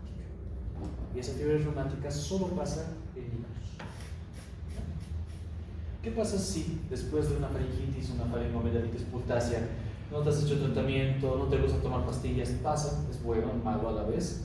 Entonces, esa bacteria llegó a tu torrente sanguíneo, llega a tus riñones, te puede causar una glomerulonefritis aguda post-estreptocócica. Entonces, por esa razón, ustedes tienen que saber identificar cuando un paciente tiene una faringitis purtácea. De esa manera vas a poder evitar esto o la anterior. Ya. Siguiente. Streptococcus agalactiae, otra bacteria. El Streptococcus agalactiae tiene más importancia que en neonatos. ¿Ya? De hecho, esta bacteria causaba mortalidad en madres antes de que haya lavado de manos. Puede causar la fiebre puerperal. ¿Ya? Entonces, vemos de que esta bacteria pertenece al grupo B de la siguiente. ¿Dónde vamos a encontrar? ¿Es parte de la microbiota normal? Sí. En la piel, podemos encontrar a nivel gastrointestinal, podemos encontrar en las porciones distales de la región urogenital y también más que todo en la región vaginal. No tiene que haber harto, pero existe. Siguiente. ¿Qué puede causar? Esta bacteria puede invadir a nivel del torrente oral. Puede llegar a nivel de la vagina, subir, llegar al producto, o sea, al feto. El feto va a estar envuelto por varias membranas, ¿no? Esta tranquilamente puede romper las membranas y llega al organismo del niño, del bebé. Y eso va a causar que más adelante pueda tener una sepsis y después una meningitis o una neumonía. Van a ser las tres maneras por las cuales este paciente puede fallecer. Puede ser temprano, precoz, o puede ser tarde. El tiempo de parámetro va a ser los 7 días de nacido. Siguiente. Entonces, vamos a ver que el feto aquí está. Pero, si tú en una orina, en una infección urinaria o en una infección vaginal detectas una gran cantidad de esta bacteria, a pesar de que tú no estés seguro si está afectando o no, tú inicias tratamiento antibiótico. Porque tal vez está ya invadiendo o puede invadir su factor de riesgo. Entonces, para evitar una sepsis neonatal, dale tratamiento antibiótico. ¿Cómo la matas? Con metalactámicos. ¿Ya? Pero la cuestión es detectarlo. Entonces, si tú ves esto en orina o si tú ves en la región vaginal en una mujer embarazada, tiene que llamar la atención. ¿Ya? ¿Puede causarte transmisiones? Sí, pero es circunstancial. Tiene que haber una orina abierta, tiene que haber una inmunosupresión. Entonces, son varios factores que no son tan frecuentes, pero donde tiene más importancia es en este caso. ¿Ya? Siguiente. Resumen. ¿Cuántos los premios? ¿No? Debería castigarlos. ¿Por qué no? Esta bacteria, su población obviamente van a ser neonatos, mujeres embarazadas, adultos mayores, pero si es que hay inmunosupresión, ¿no? Y bueno, son todos los elementos: cápsula, la adhesina. Si tiene adhesinas, obviamente va a poder colarse. Y bueno, la posibilidad de destruir los sitios. Siguiente. Es interesante esto. ¿Cómo tú diferencias la biogénesis de la galáctea? Ambos van a tener betamólisis. Entonces, para poder diferenciar estas dos, haces esta prueba de CAM-TEST. Es bonita. Al medio, siembras una cepa de Staphylococcus aureus. A los lados, le colocas a los Streptococcus que tú estés estudiando. ¿Ya? Ambos Streptococcus van a tener betamólisis. Pero, ¿qué es la diferencia? Miren, esos Streptococcus tienen un cierto contacto con el Staphylococcus que están en el medio. Pero aquí hay una formación de una flecha. Cuando hay una formación de una flecha, este Streptococcus va a ser agaláctea. Y cuando no hay esa formación de esa flecha, este Streptococcus va a ser biogénesis. Esta prueba se denomina el CAM-TEST. ¿Ya? Entonces, por medio del CAM-TEST, tú puedes diferenciar si es que hay una galáctea o si es que hay un Streptococcus biogénesis. Siguiente. Otra manera es por medio de la bacitracina, en donde colocamos aquí la bacteria y colocamos los discos. Por ejemplo, aquí encontramos un Streptococcus biogénesis y aquí encontramos un Streptococcus agalacti. Si es que hay un halo, significa que va a ser sensible, entonces va a ser Streptococcus biogénesis. Si el disco no hay halo de inhibición, entonces va a ser Streptococcus agalacti. Entonces, por medio de la bacitracina y por medio del CAM-TEST, confirmas si tu Streptococcus es biogénesis o es agalacti. ¿Ya? El PIR-test también funciona, pero no es tan utilizado. Estas son las pruebas rápidas. Han debido tal vez ver. Tiene una prueba rápida para Streptococcus del grupo A. Entonces, justamente es eso. ¿Y quién estaba en el grupo A? ¿Cuál es el Streptococcus del grupo A? ¿Y por qué será necesario detectarlo de forma rápida? Porque puede causarte una escarlatina, puede causarte una glomerulonefritis post-streptocócica, puede causarte una fiebre reumática, si es que no la tratas bien esa faringitis. Entonces, por esa razón, se hacen pruebas rápidas. ¿Ya? Y estas van a ser pruebas bioquímicas. Siguiente. ¿Qué tratamiento puedes darle? Al momento, mientras no la caguen ustedes, entonces las penicilinas funcionan todavía. Las macrólidos, la vitricina y acitro funcionan. Cefalosporidas también, aunque no es tan frecuente utilizarlo. Banco también y la minisol. Al momento no hay mucha resistencia. Algunos a la penicilina se ha visto, pero no es algo. Siguiente. Ahora vamos a hablar de los alfa-hemólisis, los alfa-hemolíticos. ¿Qué color era la alfa-hemólisis? Amarillento. Verde. ¿Verde? La beta es amarilla. La alfa va a ser verde. ¿Ya? Ah, cierto. Siguiente. Todos ustedes tienen Streptococcus pneumoniae, ¿ya? Pero no soportó. Todos van a estar, sus Streptococcus pneumoniae van a estar en las fosas nasales y van a estar en la cavidad bucal, ¿ya? Pero no les hace daño porque es parte de su microbiota normal. Siguiente. Pero hay algunos que van a ser patógenos y van a producir la NAC. ¿Qué será la NAC? Neumonía adquirida a la comunidad. ¿Ya? La neumonía adquirida a la comunidad, entonces, el Streptococcus neumonía va a ser la que más frecuentemente va a producir esto. Vemos de que la neumonía, ¿qué síntomas vamos a encontrar? Disnea. Vamos a encontrar el uso de los músculos accesorios. Vamos a encontrar posiblemente una cianosis distal, sea a nivel de los dedos o sea a nivel de ¿cuál? Los labios. ¿No? Entonces, ¿por qué se realiza, por qué se torna azul estos deditos? Por falta de irrigación sanguínea. Porque no hay intercambio gaseoso. Bien. Vamos a ver.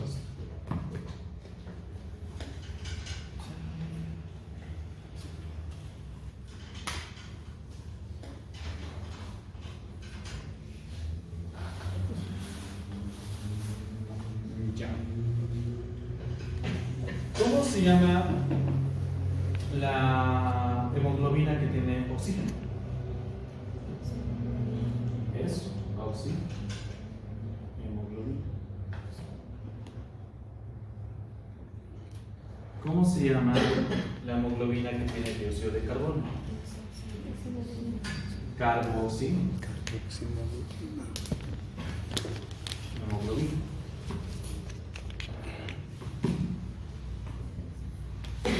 Listo.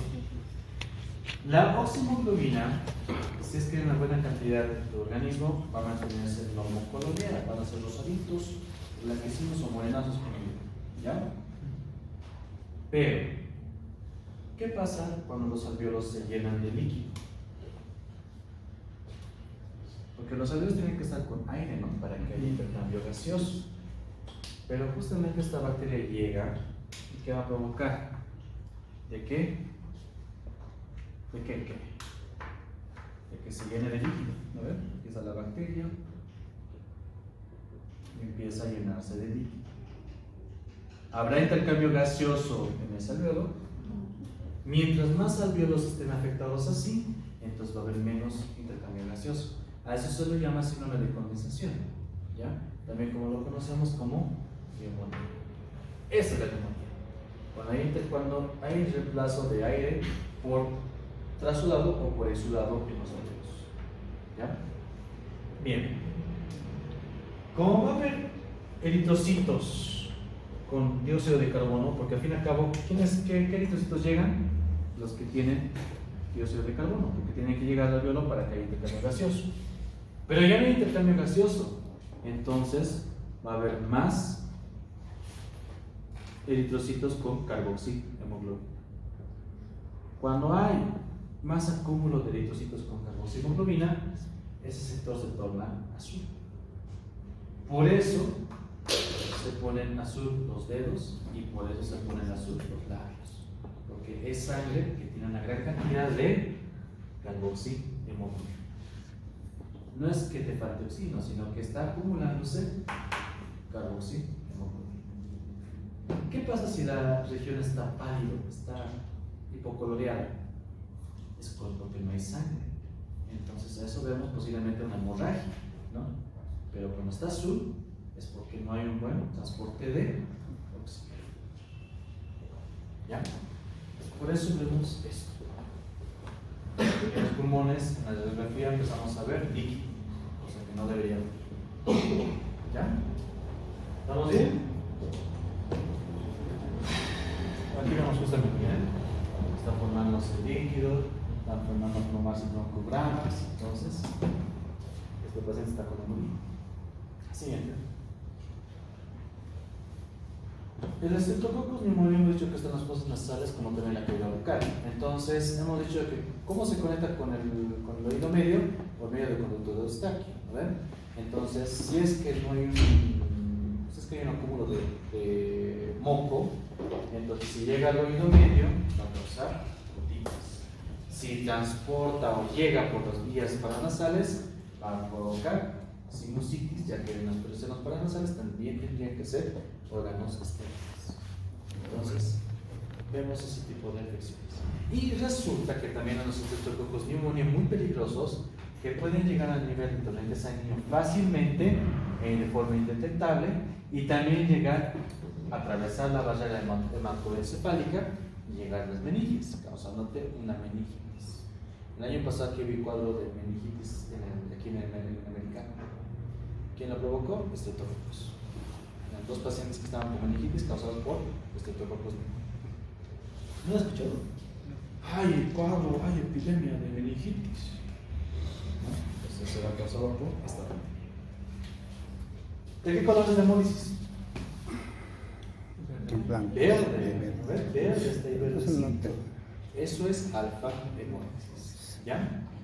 ¿Cómo diferenciamos del Streptococcus pneumoniae y del Streptococcus decuboviridans? Por medio de la autoquina. Si vemos de que hay una pequeña inhibición de la autoquina, entonces este Streptococcus va a ser neumonía. Si es que no hay algo de inhibición, entonces este Streptococcus va a ser del grupo viridans. ¿Ya? Siguiente. Ahí estamos. Nos encontramos que va a estar en la nasofaringe, van a estar en la región de, bueno, la fauna tradicional, ¿no? Vías respiratorias, contacto directo. Vemos igualmente que tiene su cápsula, vemos que también tiene la 5-A-peptidasa, vemos también que tiene los elementos de ácido teicoglifosano para que estimule el sistema inmunitario. Tiene autolisinas que puede destruir básicamente los linfocitos. Tiene la posibilidad de adherirse, tiene adhesinas, y tiene la linfolicina que va a destruir a las células, sean los eritrocitos o sean los macrófagos. Siguiente. Y del grupo viridans, el grupo viridans tiene más importancia odontológica. Es la que te produce caries. Especialmente el Streptococcus mutans, que va a ser de este grupo, puede causarte caries, ¿no? Ahora, ¿qué es lo peligroso a nivel médico? Cuando esta caries persiste, va a ser como una vía de entrada para las bacterias.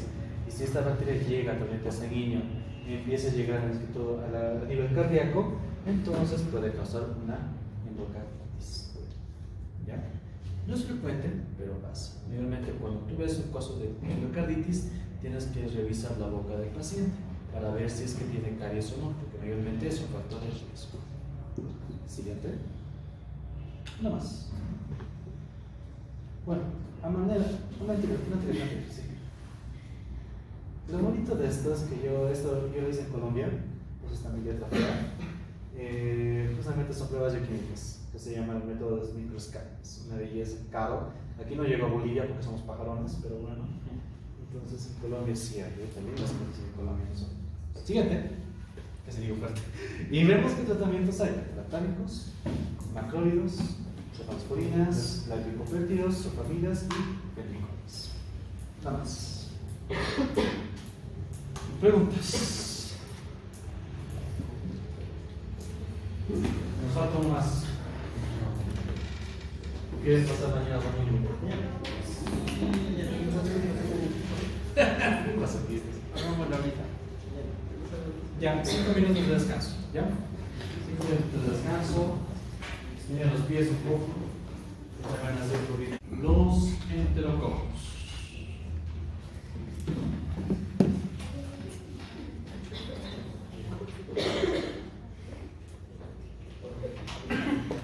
Ok, siguiente ejercicio.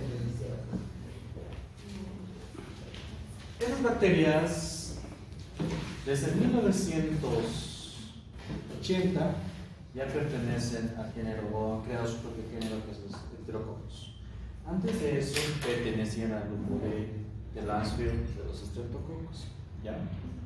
Vemos de que son 3 especies importantes. De hecho, las últimas 2 son las más peligrosas, pero la más frecuente va a ser el Enterococcus fecalis, el Enterococcus faecium y el Enterococcus gallina.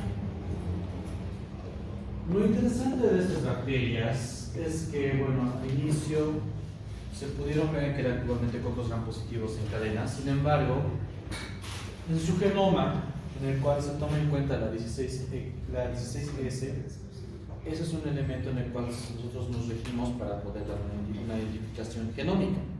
Ya he visto romperse esto, así que es realidad.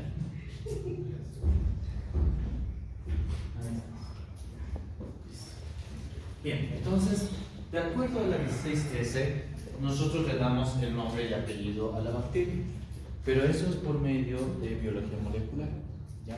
Entonces, por medio de esto pudieron ver que el Enterococcus, que en su momento era Streptococcus, no eran lo mismo que las anteriores. Lo vas a cerrar bien para que no se abra el manual. y eso, ¿ya? Pero después, por medio de este elemento, se pudieron dar cuenta que era diferente y han creado otro aparato, en este caso el enterococcus. Lo han puesto enterococcus porque son cocos que van a estar en la región del tracto digestivo. Siguiente. Van a estar presentes en el tracto digestivo, como les dije, puede ser en la región intestino delgado, intestino grueso, como también puede estar en la región genitourinario, especialmente en las damas. Y van a ser cocos gram positivos en cadenas, no van a tener flagelos, no van a formar esporas, igualmente van a ser a nivel facultativo, van a ser catalasa negativos. Como eran pertenecientes a los streptococos, evidentemente eran también catalasa. Mesófilos no exigentes nutricionales, y podemos ver que igualmente pueden persistir o resistir un ambiente relativamente elevado de sal. Siguiente. Ahora, esta bacteria tiene gelatinasa, tiene alecinas, tiene citolicinas, tiene sustancias de agregación. Cada uno de estos elementos tiene un gen.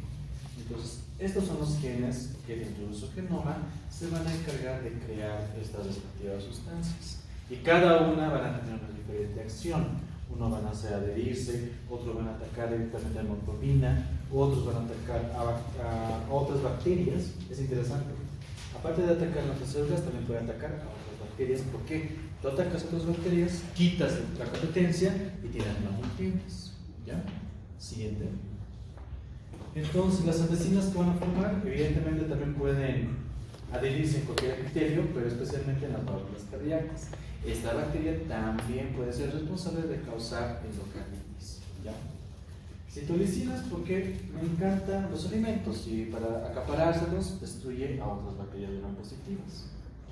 Gelatinasa porque evidentemente también puede atacar la gelatina, pero lo interesante de esta enzima también puede afectar al tejido conectivo, porque hay elementos de tipo colágeno que van a ser relativamente similares a la estructura de la gelatina.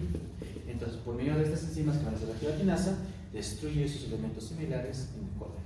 ¿Ya? Y lo peligroso es la resistencia antimicrobiana. Ya la resistencia antimicrobiana en los enterococos es mucho más grande, más fuerte, de hecho. ¿Ya? Pueden adherirse tranquilamente por medio de las glucoproteínas. Entonces, gracias a esto pueden colonizar en las regiones del gastrointestinal. O sea, van a estar en el intestino delgado y van a estar en el intestino grueso. Y tienen la plena facilidad de poder comunicarse, hacer la transferencia horizontal a través de los plásmidos. Pueden ser un coco o puede ser un bacilo gram positivo, gram negativo con ese coco gram positivo. ¿Sí? Las bacteriolicinas entonces se encargan de destruir células.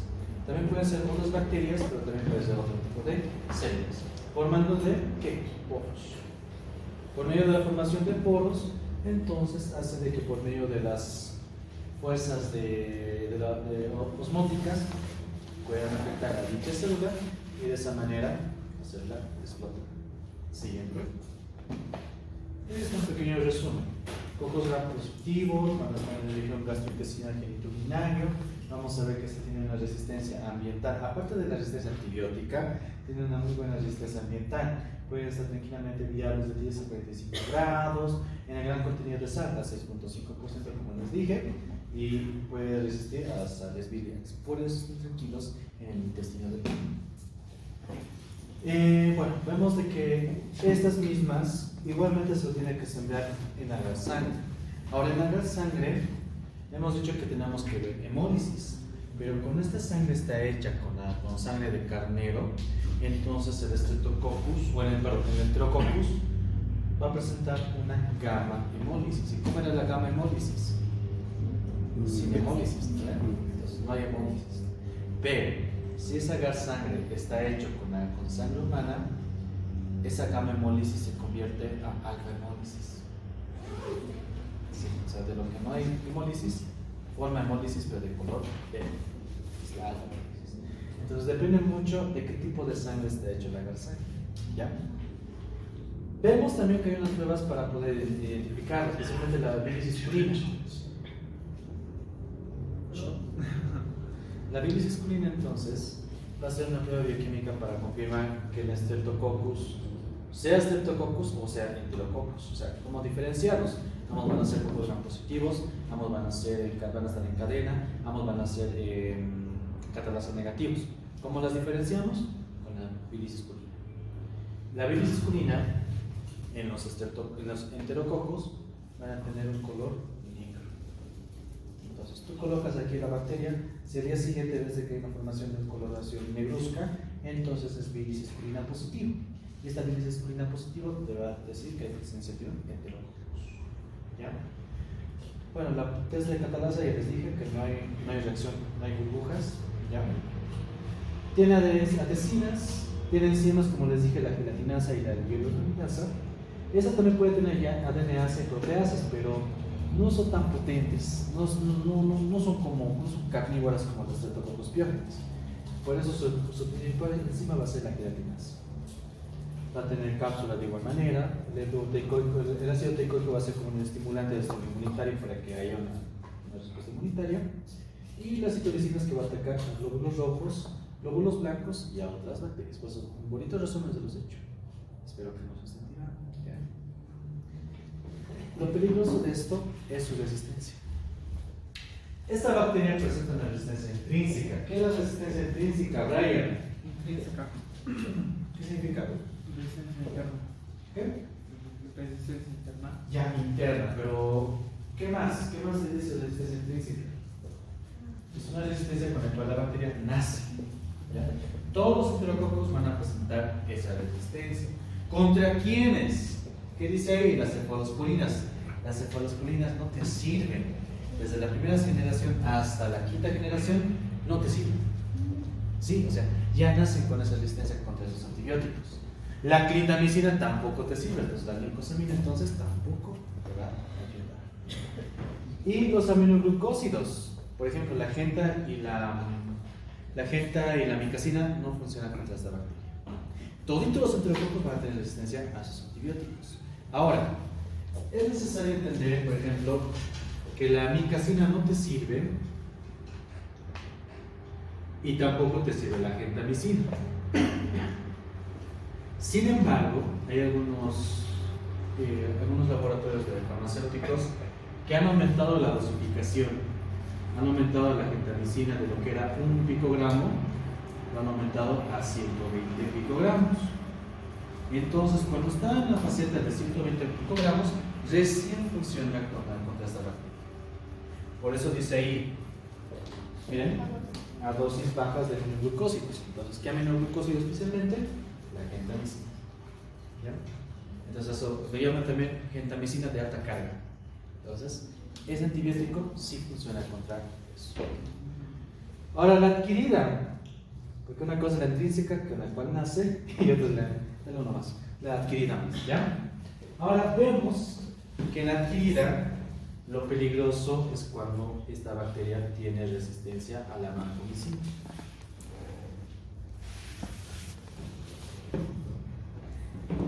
Entonces, la vancomicina hemos dicho que va a ser como de los antibióticos últimos que vas a utilizar, porque evidentemente puede producir una una nefrolesión y una hepatolesión. Entonces, por esa razón no se utiliza frecuentemente. Todo depende mucho al gen que tiene. Hay el gen BAN-A y el gen BAN-B. Ahorita vamos a checar bien eso. Sin embargo, quiero que noten en este cuadro es esta parte. Por eso los enterococos se los estudia aparte, porque realmente se pudo ver que este mismo género tiene la plena facilidad de desarrollar resistencia. Ya han desarrollado una resistencia intrínseca. Ahora también pueden desarrollar una resistencia adquirida. Siguiente. ¿Y dónde encontramos los enterococos? Está en el hospital. Se puede encontrar en el hospital, en los ambientes. Resulta que está plenamente asociado a las famosas IAS. Las IAS se denominan, o se lo llaman, a las infecciones asociadas a la atención en salud. Entonces, IAS. ¿Ya? Antiguamente eran conocidas como infecciones intrahospitalarias. Antiguamente también eran conocidas como infecciones nosocomiales, pero ahora recientemente lo conocemos como IAS, infecciones asociadas a atención en salud. ¿Ya? Entonces, ¿en dónde está la bacteria? Si hablamos del ser humano, va a estar en la región gastrointestinal. Entonces, mayormente, ¿en qué situaciones vemos de que estas bacterias pueden causar una patología? Cuando están en una larga estancia en el hospital. Por eso, si el paciente está por el lapso de un mes y por alguna razón, digamos, tiene este tipo de infección, entonces no es por la razón por la paciente, no, sino porque es una bacteria que adquirió del ambiente hospitalario.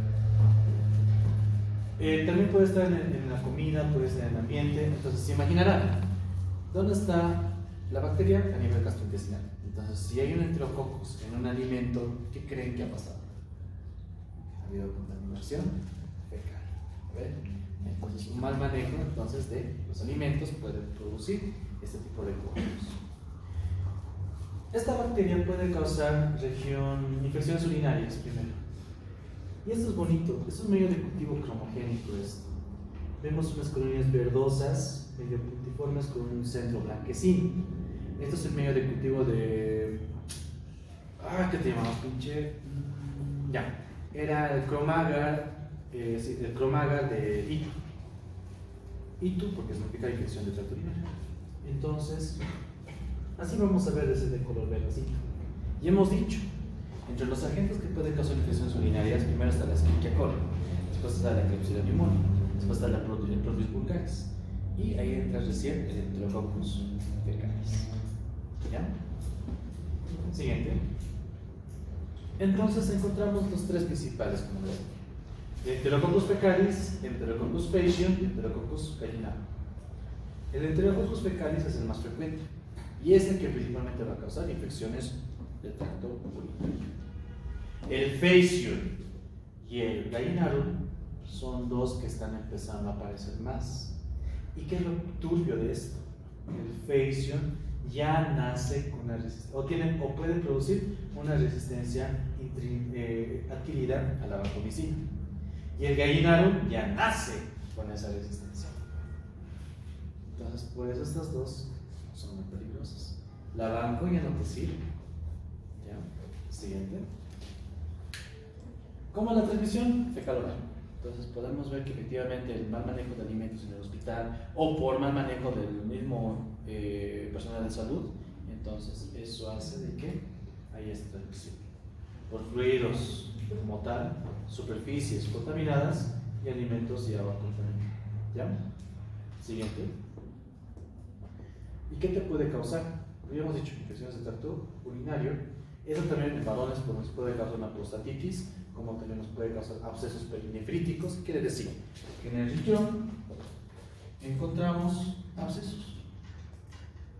Entonces, esos abscesos son hasta causados por esta bacteria. Puede causarte bacteremia, puede causarte también endocarditis, puede causarte una infección intraabdominal. Ahora, ¿cómo es esta infección intraabdominal? Te abren el abdomen por una apendicitis, por ejemplo, o por una colicistitis. Entonces, si por alguna razón no hay un buen manejo de esas vísceras, porque al fin y al cabo es una víscera lo que tenemos, entonces, ¿en dónde está el enterococos? Está en el tracto digestivo. Este tracto digestivo, bueno,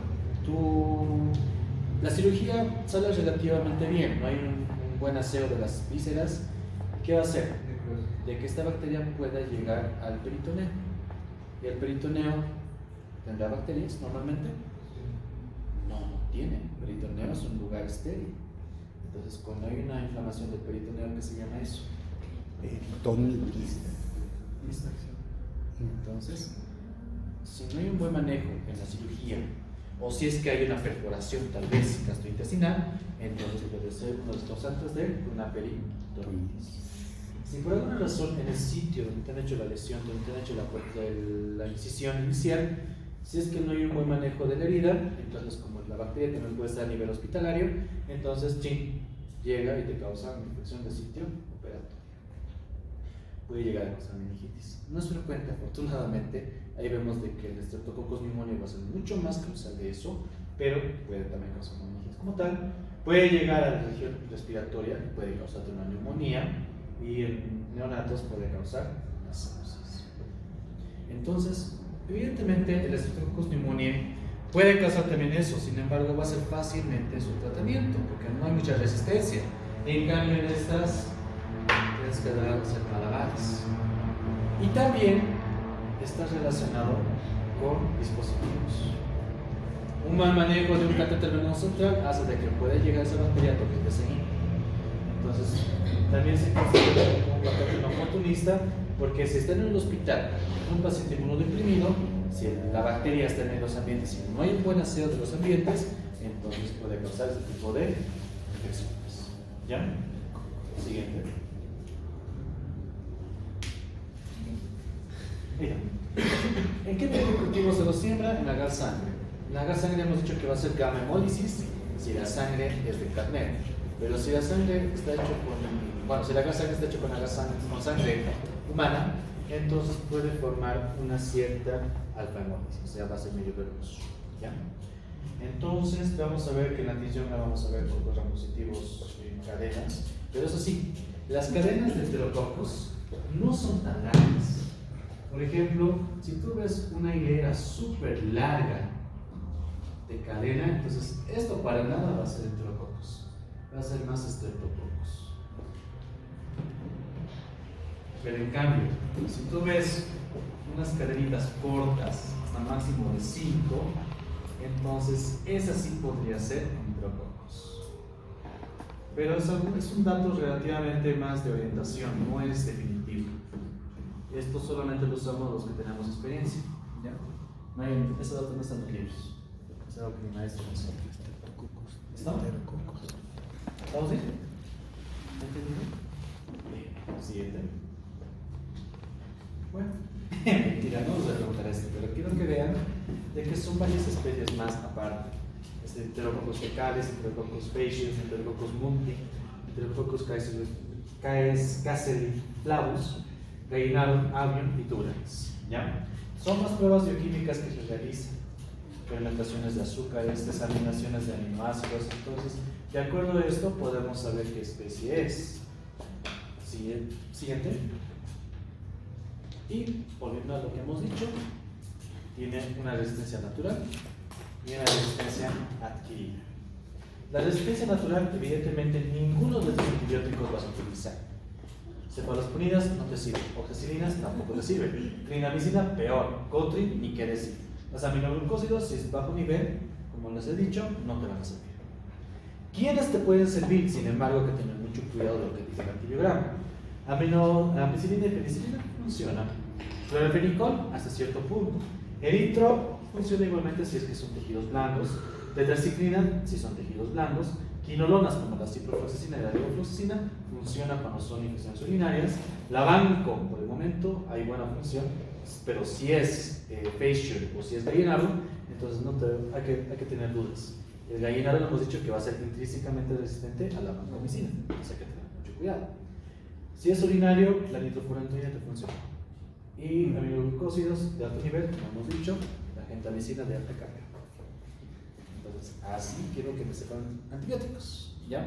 No ahorita, tal vez fin de semestre, pero así quiero que me sepan. Si me saben dominar así, en farmaco van a ser tranquilos, a menos en antibióticos, ¿ya? Y, bueno, ¿por qué tiene resistencia a los aminoglucósidos? O sea, ¿por qué la mica y por qué la genta no funcionan? Porque tiene estos genes. Y estos genes son justamente propios de todos los enterococos. Entonces, evidentemente los aminoglucósidos van a ser afectados. Entonces son como enzimas que van a atacar a los aminoglucósidos. Siguiente. Y si hablamos de la vancomicina, son varios genes. Miren, el gen A, el VAN-A, quiere decir que va a ser resistente a la vancomicina y va a ser resistente a la teicoplanina. Esto es principalmente por medio de plásmidos. ¿Qué tipo de resistencia va a ser por medio de plásmidos? Una resistencia adquirida. A ver, porque plásmidos es algo que tú adquieres. La VAN-B va a ser resistente a la vancomicina, pero va a ser sensible a la teicoplanina. Ambos van a ser glucopéptidos, por si acaso, ¿ya? Entonces, esto va a ser más cromosómico.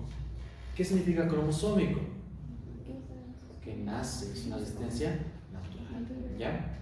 Por ejemplo, este VAN-E, el VAN-B lo tiene el Enterococcus gallinarum, ¿ya? El VAN-C baja sensibilidad a la vancomicina, o sea, puede haber una cierta sensibilidad, y también está sensible a la DEICO, entonces también puede ser cromosómico. El VAN-D es moderadamente resistente a la vancomicina y resistencia leve a la deicoblamina. Entonces, se pudieron ver estos 6 genes, y de acuerdo a eso, se pudo identificar en qué enterococos están. Lo que sí les puedo decir con plena seguridad es que la VAN-A es más propio del Enterococcus fecalis, y la VAN-B va a ser más en lo que va a ser el Enterococcus gallinarum. Esta VAN-C va a estar en el faecio. ¿Ya? Entonces, no creo que les pregunte eso, así que tranquilos, ¿ya? Pero quiero que entiendan que cada vez la resistencia está aumentando. Siguiente. Listo. Preguntas. 3 bacterias, 3 signos bacterianos: estafilococos, estreptococos y enterococos. Ahora convénzame para que les dé los diablos.